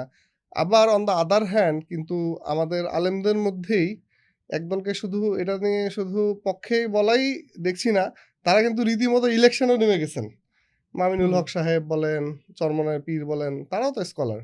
হুম, সো এবং আলী হাসান ওসামা ইনি একসময় ধরেন গণতন্ত্রের বিপক্ষে হাজার, হাজার ঘন্টা বক্তব্য দিয়েছেন। তারাও কিন্তু এখন ধরেন এই গণতান্ত্রিক সো যেই বিষয়টা বলতে চাচ্ছি যে ২ টারই মত আছে আসলে স্ট্রং। সো অ্যাজ এ ধরেন ইসলামিস্ট আমার রোলটা আসলে কি হওয়া উচিত এই মুহূর্তে দেশের এই একটা ট্রানজিশন পিরিয়ডে? আমি কি ভোট দেওয়া থেকে বিরত থাকবো হারাম, হারাম বলে? নাকি ভোটে অংশগ্রহণ করব? আ বা ভোটে অংশগ্রহণ করলে কাদেরকে আসলে ভোট দিব ভাইয়া? এইটা যদি একটু আপনি আ আমরা ফতোয়া বা হালাল হারামের ইস্যুতে যাচ্ছি না। যেহেতু ২ টাই আমাদের কাছে আছে, ২ টা অপশনই। ২ মতের পক্ষেই স্কলাররা আছেন। সো এমনি যদি ইন জেনারেল যৌক্তিকতার দিক থেকে আপনি যদি একটু আমাদেরকে বলেন যে আসলে আমাদের ইসলামিস্টদের এই ভোটাভুটিতে অংশগ্রহণ করা উচিত কিনা বা আসলে আমাদের বিরত থাকা উচিত কিনা? বা যদি ভোটাভুটিতে অংশগ্রহণ করি তাহলে আসলে কোন দিকে যাওয়া উচিত? আচ্ছা, আমি এটা খুব ক্রিটিক্যাল একটা কোয়েশ্চেন। হুম, এটা নিয়ে আসলে মানে হিউজ ডিবেটেবল একটা কোয়েশ্চেন। হুম, সো আমি ওইদিকে যাব না, বা হচ্ছে আমি ইসলামিক পার্সপেক্টিভে আলোচনা করতে যাব না। আমি জাস্ট হচ্ছে রেশনাল কিছু জিনিস বলি। দেখেন, হাসিনার আমলে আমাদের ইসলামে মানে যারা আমরা ইসলাম প্র্যাকটিস করতাম তাদের অবস্থাটা কিরকম ছিল? যে একটা ছেলে দেখা যায় ফজরের নামাজ পড়ে, ৫ ওয়াক্ত নামাজ পড়ে, তারে মসজিদে দৌড়ে গেছে গা। এরকম হইছে। বা একটা ছেলে লম্বা দাড়ি রাখে, হঠাৎ করে তার পরিবারে পরিবর্তন আসছে। পরিবারের লোকজন দেখা গেছে মানে স্ট্রিক্টলি পর্দা করে, তাকে সন্দেহের চোখে দেখা হইছে। এটা একটা। ৩ জন মনে করেন যে দাড়িওয়ালা লোক একসাথে গল্প করতেছে, তাদেরকে তুলে নিয়ে চলে গেছে। সো একটা মানে কি হচ্ছে যে আপনি দেখেন যে আপনি ইসলামিক সরকার চাচ্ছেন না বা কোনো কিছু চাচ্ছেন না। বাট আপনি যা বেসিক ইসলামটা প্র্যাকটিস করার কারণেও কিন্তু অনেকেই মানে নির্যাতনের শিকার হইতে হইছে, তাই না? হুম, হুম, সো এই যে এনভায়রনমেন্টটা এখন দেখেন, এটার কারণটা কি ছিল? কারণটা ছিল আওয়ামী লীগ ছিল একটা সেকুলার মানে secular and anti Islamic government, তাই না? হুম, হুম, সো এখন আওয়ামী লীগ নাই ধরেন, ঠিক আছে? তার মানে আপনি এই যে ৫ই আগস্টের পর ইসলামিস্টরাই তো রাস্তায় নামে আন্দোলন করলো, তাই না? এখন যদি আপনাকে আমি বলি যেমন হাসিনা তো ইলেক্টেড গভর্নমেন্ট ছিল, মানে অনেক ইসলামিস্টরা ফতোয়া দেয় যে শাসকের বিরুদ্ধে বিদ্রোহ করা হারাম, ঠিক আছে। সো হাসিনার বিরুদ্ধে তো এটা বিদ্রোহ ছিল, তাহলে কিন্তু সেই শাসকরা কিন্তু 5 আগস্ট বলছে যারা সবাইকে রাস্তায় নেমে আসো। তার মানে কি হলো, জিনিসটা হচ্ছে সিচুয়েশন ডিমান্ড, আমাকে সিচুয়েশন বুঝতে হবে। মনে করেন ইসলামের অনেক ফতোয়াই কিন্তু সিচুয়েশন অনুসারে চেঞ্জ হয়, তাই না? এটা সিচুয়েশন ডিমান্ড। আমি বলতেছি না যে এখানে অবশ্যই একজন মুসলিম হিসাবে আমার প্রথম চাওয়া থাকবে তো শরিয়া, কারণ এটাও তো হচ্ছে আমার ইমানের সাথে সম্পর্কিত। কেউ যদি মনে প্রাণে আসলে যদি সে শরিয়াকে ঘৃণা করে বা আসলেই সে শরিয়াকে ডিসলাইক করে, তার কিন্তু ইমানই থাকবে না, তাই না? সো এটা তো আমার অন্তরের ব্যাপার আছে। এখন আমার সামনে যে জিনিসটা নাই, মনে করেন মানে শরিয়া জিনিসটা এখন আমার জন্য মনে করেন যে একদম মানে এটা কি বলে আকাশ কুসুম চিন্তা এখন, ঠিক আছে, ওই জিনিসটা নাই। তো আমার মনের ভিতরে হয়তো আমার ভালোবাসা আছে, বাট ওই জিনিসটা এখন পসিবল না। তার মানে আমাকে কি করতে হবে, বেটার অপশনটা দেখতে হবে, যাতে আমি মসজিদে নামাজ পড়তে গেলে আমাকে কেউ সন্দেহের চোখে না দেখে, যাতে আমি 3 জন মুসলিম একসাথে গল্প করলে আমাকে ধরে না নেওয়া যায়। আমাকে বেটার অপশনটা আমাকে তো মানে সার্ভাইভের একটা বেটার অপশনটা তো আমাকে খুঁজতে হবে, তাই না? তো এখন দেখেন, এখন আমার সামনে 2টা অপশন, একটা হচ্ছে সেকুলার অপশন আর একটা হচ্ছে যে প্রো ইসলামিক অপশন।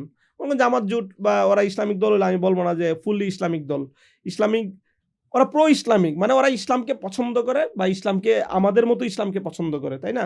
সো এই লোকগুলা যদি ক্ষমতায় আসে, তাহলে কি আপনি আওয়ামী লীগ আমলে যে প্রবলেমগুলো ফেস করছেন এগুলো ফেস করবেন, নাকি যদি সেকুলার গভর্নমেন্ট ক্ষমতায় আসে আপনি এই প্রবলেমগুলো ফেস করবেন? আপনার নিজের বিবেক কি বলে? না, বিএনপির আমলে তো এরকম হার্ড টাইম আমরা দেখি নাই। না, বিএনপির আমলে হার্ড টাইম, এখানে 2টা অপশন আছে। বিএনপির আমলে হার্ড টাইম গেছে, আপনি যতই বলেন না কেন, বিএনপির আমলে হার্ড টাইম ওই রকম ভাবে দেখেন নাই, কারণ হচ্ছে যে তখন বিএনপির সাথে জুট ছিল হচ্ছে যে জামাত ইসলামী।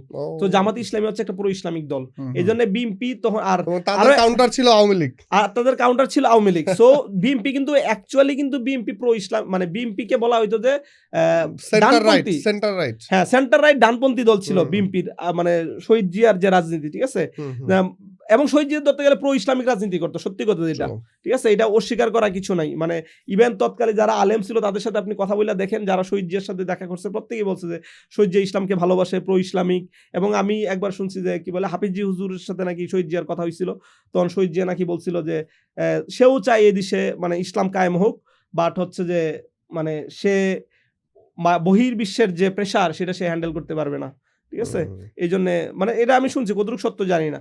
তার মানে সেও কিন্তু প্রো ইসলামিক ছিল। সো তার মানে তখন পর্যন্ত বিএনপি প্রো ইসলামিক ছিল, বাট এখন কিন্তু দেখেন এখন বিএনপির সাথে কিন্তু কারা কারা অ্যালাইন হচ্ছে, আপনার এই জিনিসটা ক্লিয়ার মেসেজ দেখতে হবে। যারা আওয়ামী লীগ আমলের যারা যেগুলো রয়ে গেছে যারা, তারা কিন্তু অ্যালাইন হচ্ছে। প্রথম আলো যায় বিএনপির সাথে অ্যালাইন হচ্ছে, ডেইলি স্টার যায় অ্যালাইন হচ্ছে। তো প্রথম আলো ডেইলি স্টার তো ইসলামের সুস্পষ্ট সূত্র, ঠিক আছে, ওরা তো আমাদের অপোনেন্ট। সো এটা তো মানে অস্বীকার করার উপায় নেই, ওরা তো সেকুলার এস্টাবলিশমেন্টের মেইন পাওয়ার।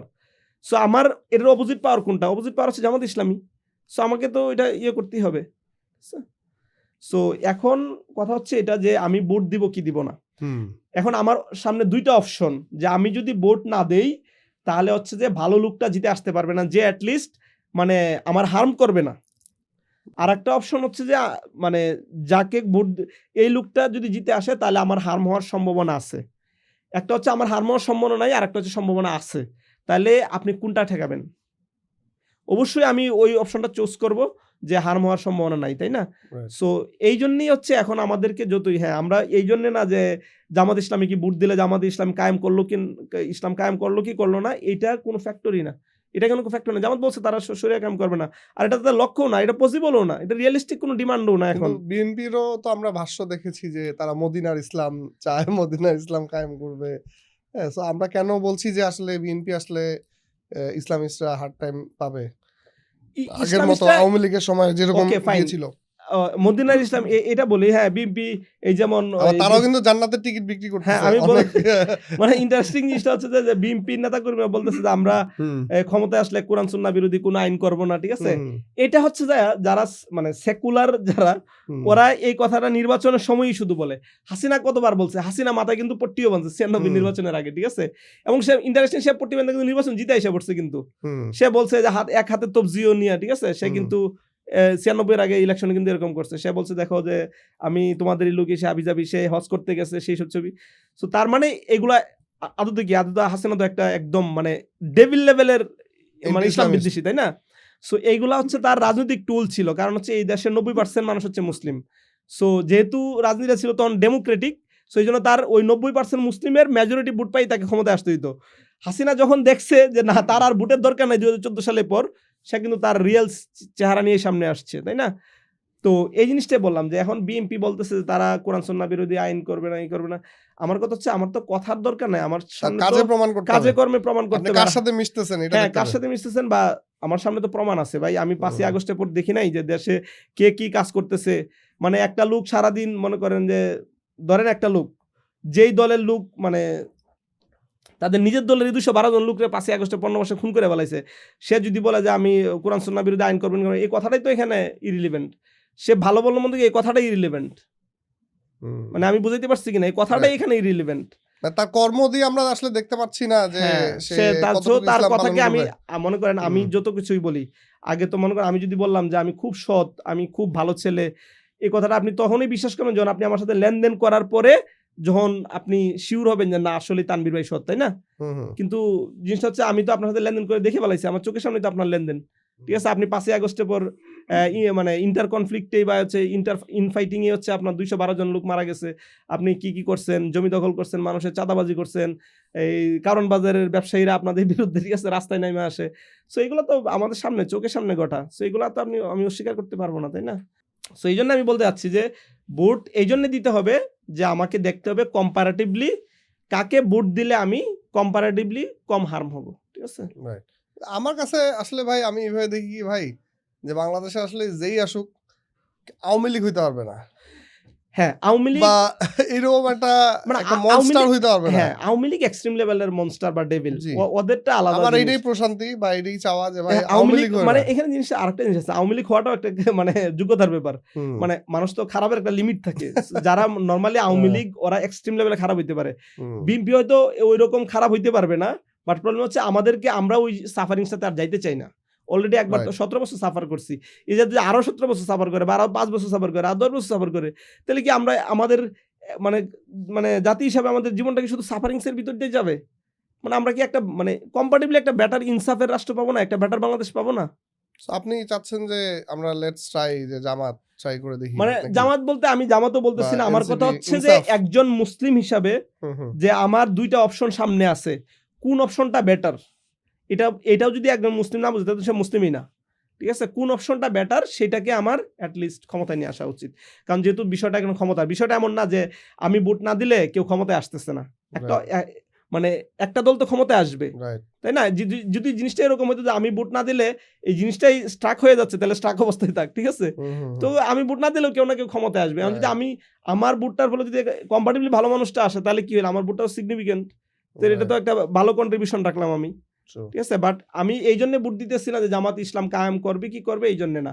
আমি ভোট দিচ্ছি এইজন্য যে এট লিস্ট জামাতকে বা এনসিপিকে বা যাকে আমার ভালো মনে হয় যে আমি কাকে বেটার জনপ্রতিনিধি হিসেবে পাবো। কে আগামীকাল সকালে নির্বাচিত হওয়ার পর আইসা আমার ব্যবসা প্রতিষ্ঠানে আইসা বলবে না যে তুমি আমাকে ১ কোটি টাকা চাঁদা দাও। ঠিক আছে? Right, true. সো আমার কথা হচ্ছে এইটাই। মানে এইটার জন্যই আমাদেরকে ইয়ে করতে হবে।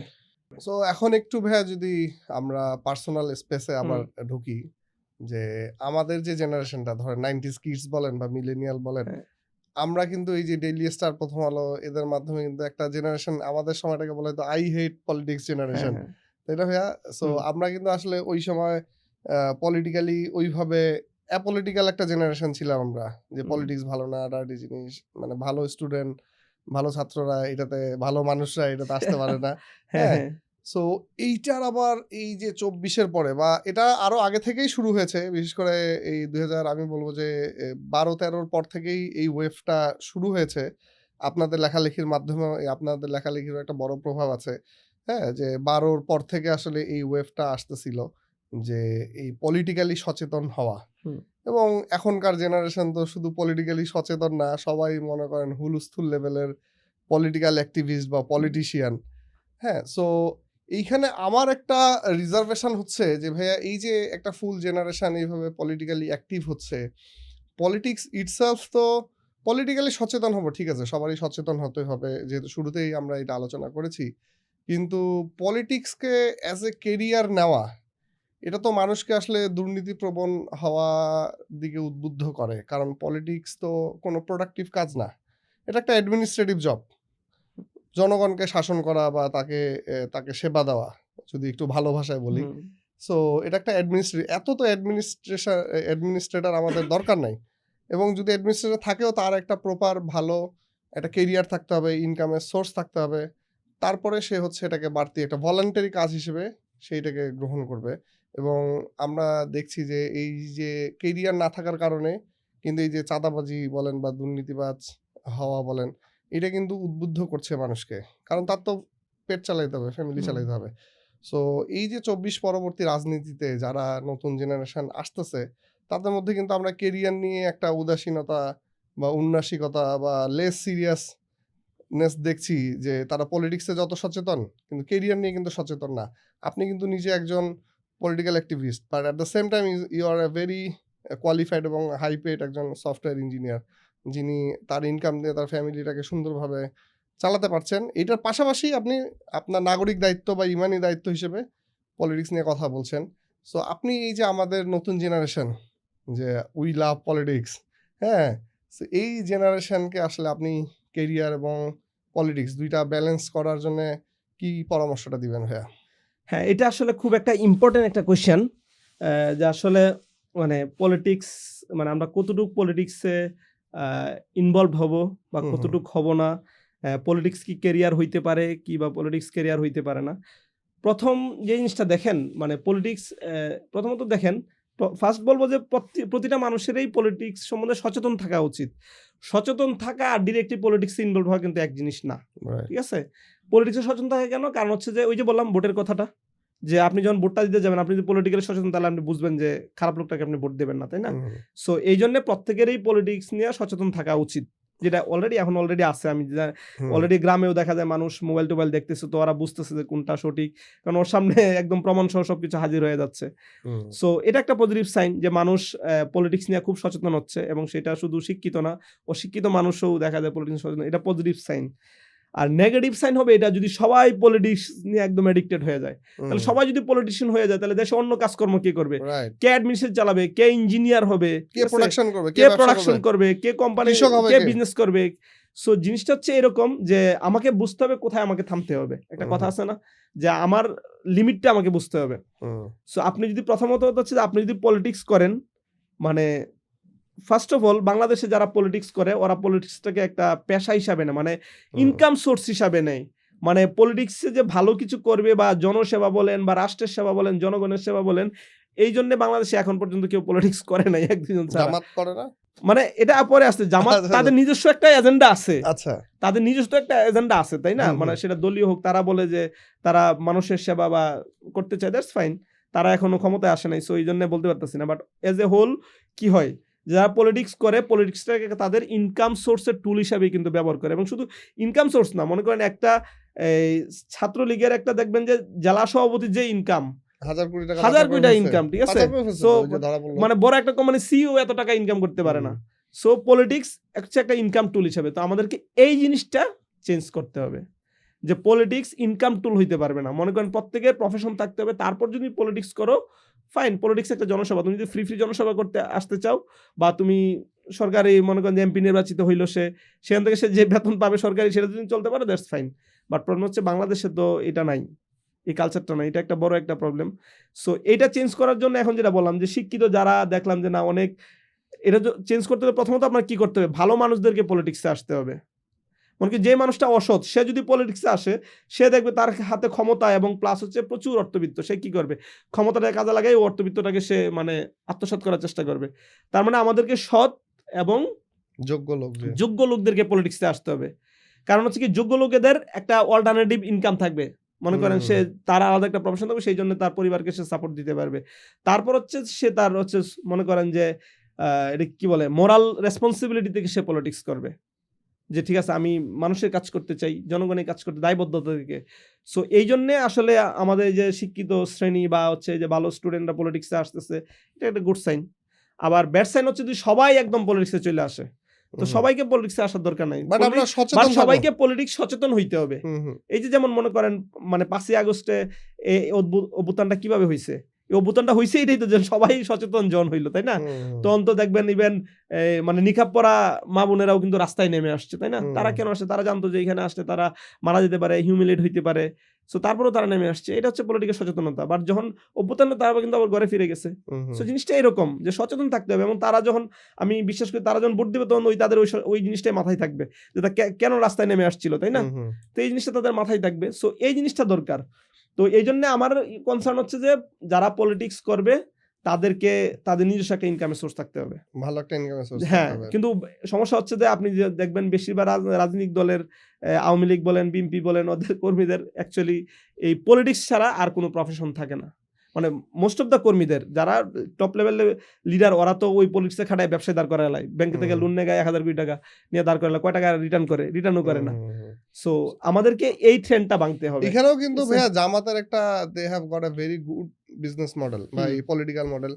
তারা কিন্তু এই যে ফিনান্সিয়াল যে সলভেন্সি কর্মীদের চাকরি দিয়ে হোক বা দল থেকেই হোক, ডেভেলপ করে হোক, তাদের প্রতিষ্ঠান, ব্যবসা প্রতিষ্ঠানে চাকরি দিয়ে হোক, তারা কিন্তু তাদের ইন্ডিভিজুয়াল ইনকামের একটা পথ করে দিয়েছে, এবং তাদের কর্মীদের কিন্তু উল্টারও চাঁদা দিতে হয় দলকে। হ্যাঁ, মানে জামাত দেয়ার ইজ আ মডেল, কিন্তু ভাই একটা মডেল আছে। সো আমাদের আপকামিং যারা আসলে পলিটিক্স করতে চায় বা অন্যান্য দলও কিন্তু এই মডেলটা আসলে সবার ভালো জিনিসগুলো আমাদের বলতে হবে বা নিতে হবে। হ্যাঁ, এবং অন্য কেউ আমরা যদি এটা নেই, বিএনপি হোক, এই যে বিএনপির বিরুদ্ধে যে এত অভিযোগ আসতেছে রুট লেভেল থেকে, এটা কেন? যে কারণ তাদের যে এই যে হিউজ কর্মী, এদের তো কোনো ইনকামের সোর্স নাই। হ্যাঁ, ও তো ওই যে দোকানে যে 10 টাকা তুলবে এটাই তার সারাদিনের ইনকাম। সো তাকে তো তার পরিবারকে তো সাপোর্ট দিতে হবে, রাইট? তার কোনো ইনকাম সোর্স নাই। সে আপনি কি চান সে তার পরিবার না খেয়ে থাকবে আর আপনার ওই যে মিছিল দিবে? হ্যাঁ, তো দিবে না, তো স্বাভাবিকভাবে দিবে না। হ্যাঁ, সে তো মিছিলে আসতে আছে, তো এনতে কিছু টাকা পাবে, এই জন্য কিন্তু আপনি কন্ট্রোল করতে পারতেছেন না। হ্যাঁ, কারণ আপনি তো তাকে একটা ভালো স্টেবল কিছু দিতে পারেন না তার পরিবারের জন্য, এবং এই কারণে কিন্তু সেন্ট্রাল থেকেও ধরেন একটা ওইভাবে স্ট্রিক্ট মেকানিজম তারা নিতে পারতেছে না, কারণ এই কর্মী তখন হাতছাড়া হয়ে যাবে। আপনি যদি তার ইনকামের পথ বন্ধ করেন, থাকবে না তো। মানে বাংলাদেশ চাঁদাবাজি বন্ধ হয়ে গেলে দেখবেন যে মানে বিএনপির, আওয়ামী লীগ বলতে পারতেছেন আওয়ামী লীগ নাই, বাট বিএনপির অর্ধেক লোক বিএনপি করা ছেড়ে দিবে। রাইট, আপনি জাস্ট তারেক রহমান খালি স্ট্রংলি বলুক যে চাঁদাবাজি আগামীকাল থেকে বন্ধ, 50% স্টেপ ডাউন করবে বিএনপি থেকে। কারণ হচ্ছে তারা বিএনপি করতে আসছে এই জন্য যে যদি কয়েকটা টাকা ইনকাম করতে পারে, ঠিক আছে? তো এটা হচ্ছে মানে এটা একদম মানে সত্য। এটা মানে বলতে আমাদের মানে হেজিটেশন ফিল করা উচিত, মানে দরকার নাই যে বলতেছি কে কি মনে করবে।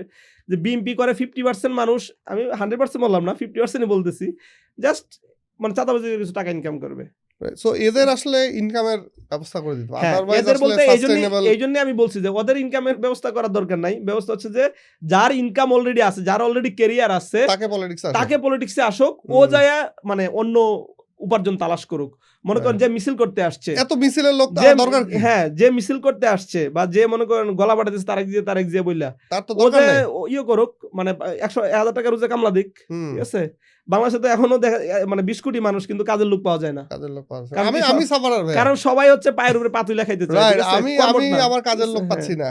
যে আমার তো সব ওয়ার্কিং ক্লাস লোক নিয়ে ডিল করতে হয়, আমার গরুর খামার, রেস্টুরেন্ট।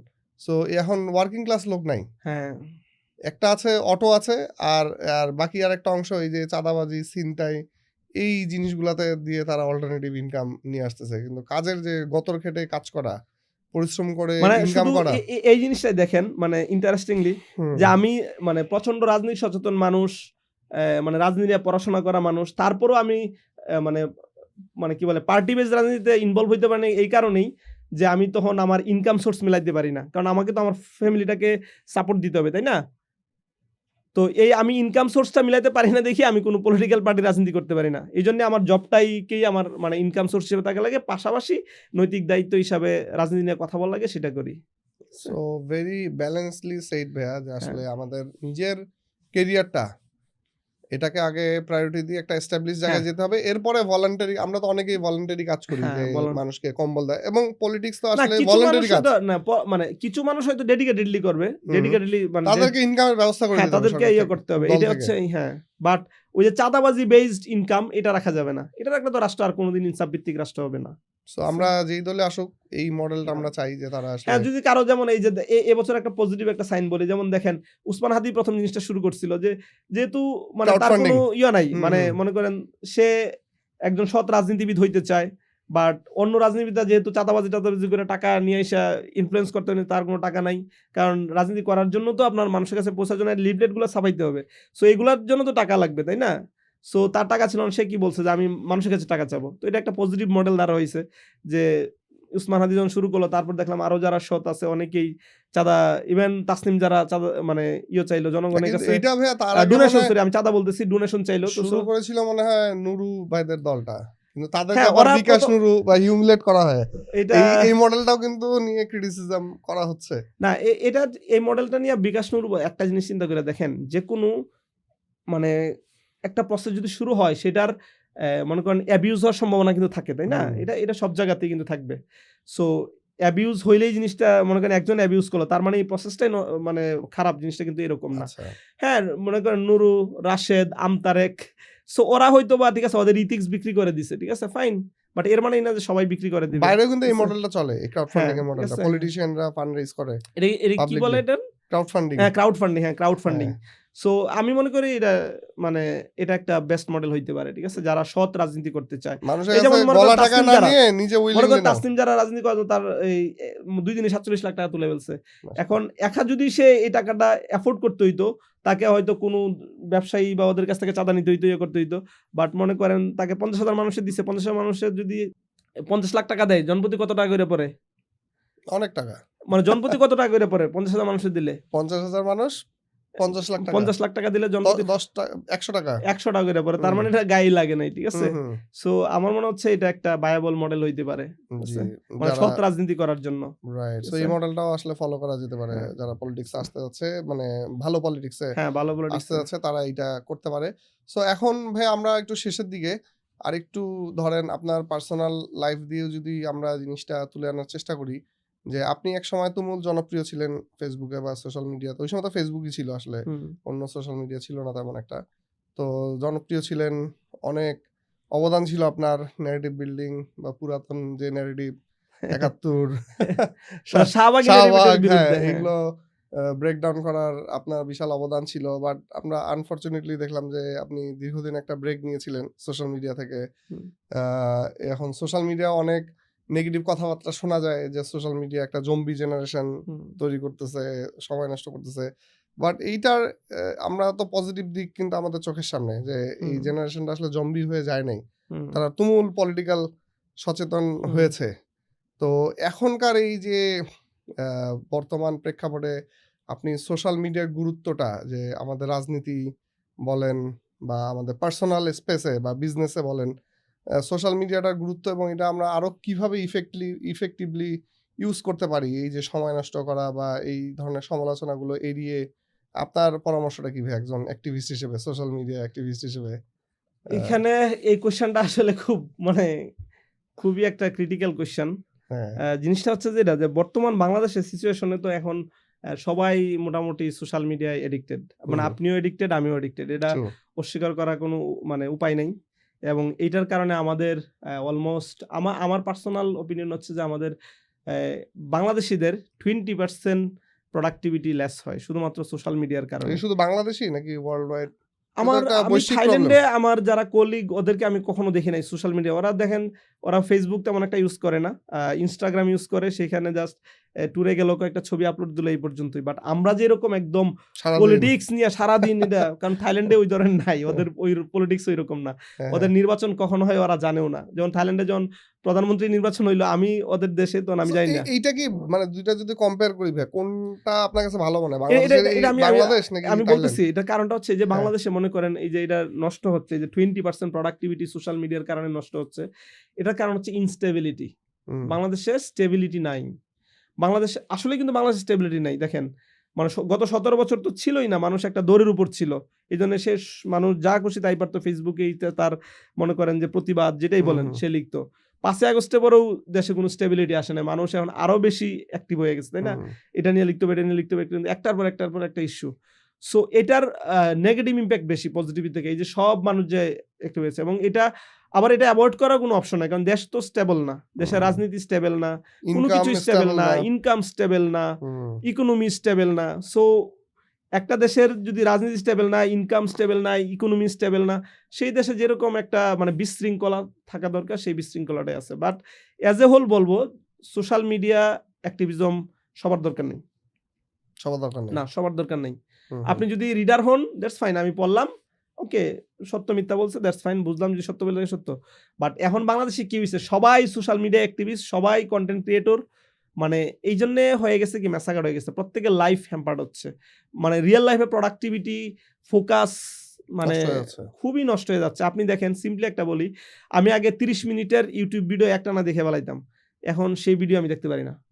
আমার মনে হয় যে ভিডিওটা 5 মিনিট হলে ভালো হইতো, আর 5 মিনিট ভিডিওটা মনে হয় 3 মিনিট হলে ভালো হইতো, কারণ ওই ফোকাসটাই ধরে রাখতে পারি না এতক্ষণ, খুব কষ্ট লাগে। মানে একটা প্রবলেম সলভ করতে বসি, যারা 30 মিনিট লাগলে খুব বিরক্ত লাগে, এত সময় লাগতেছে কেন, ওই ফোকাসটা নাই। অথচ আমার এখনো মনে আছে আমি যখন ইন্টারে পড়ি তখন আমি একদম সকালে বইসা সন্ধ্যার সময় উঠছি, এরকম রেকর্ড আছে। একদম সকালে বসছি, একদম সন্ধ্যার সময় টেবিল থেকে উঠছি, মাঝখানে খালি নামাজ আর মানে খাওয়া, এছাড়া আর কোনো নেই। কিন্তু এখন এই জিনিসটা একদমই পসিবল না। এখন দেখা যায় 1 ঘন্টা পর পরই একটু চেক করা লাগে, দেখি কি আপডেট আসছে, কে কি মেসেজ দিল, কে কি কমেন্ট করলো, কে কি নোটিফিকেশন দিল, কয়টা লাইক পড়লো।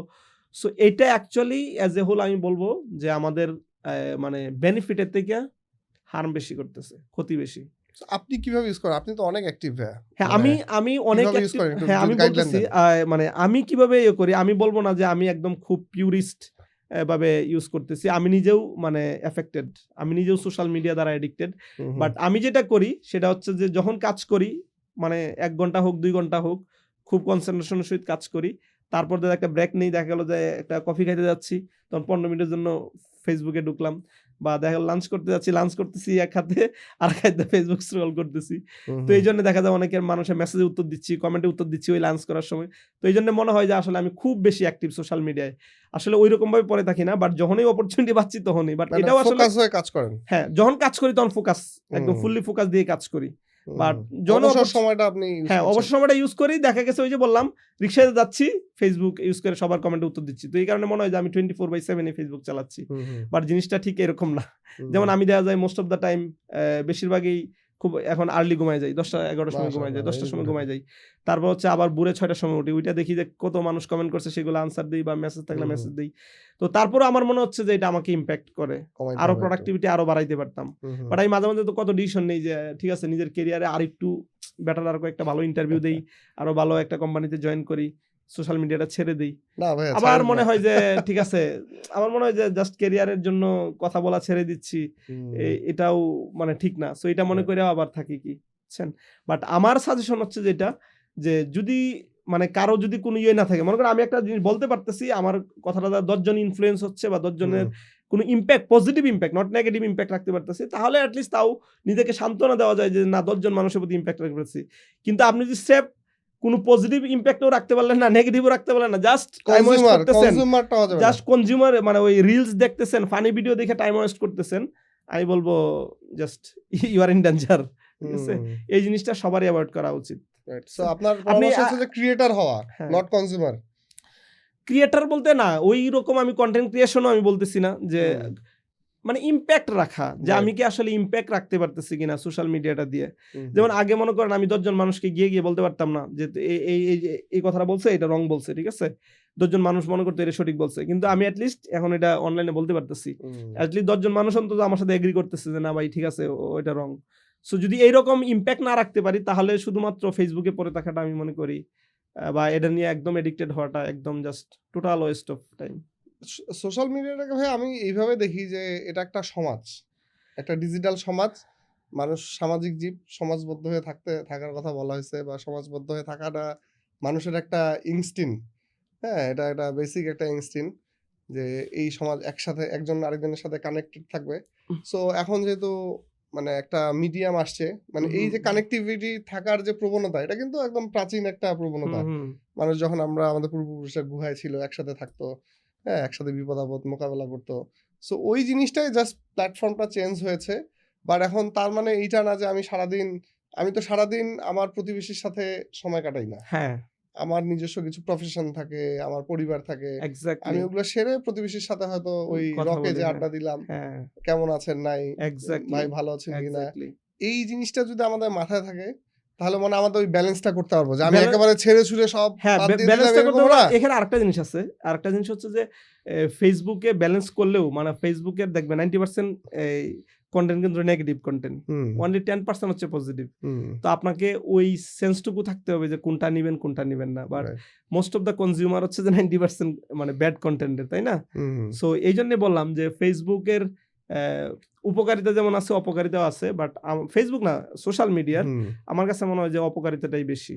কিন্তু যদি আপনি একটু সচেতন থাকেন বা সেলফ ম্যানেজড হন, তাহলে হয়তো আপনি মানে কি বলে ড্যামেজটা কন্ট্রোল করতে কিন্তু ভাইয়া পারবেন। অপকারিতা, এটা আমি একটু ডিসএগ্রি করবো। অপকারিতা বেশি হলে ভাইয়া সোশ্যাল মিডিয়া না থাকলে আমরা কিন্তু এরকম একটা মনস্টার সরাইতে পারতাম না।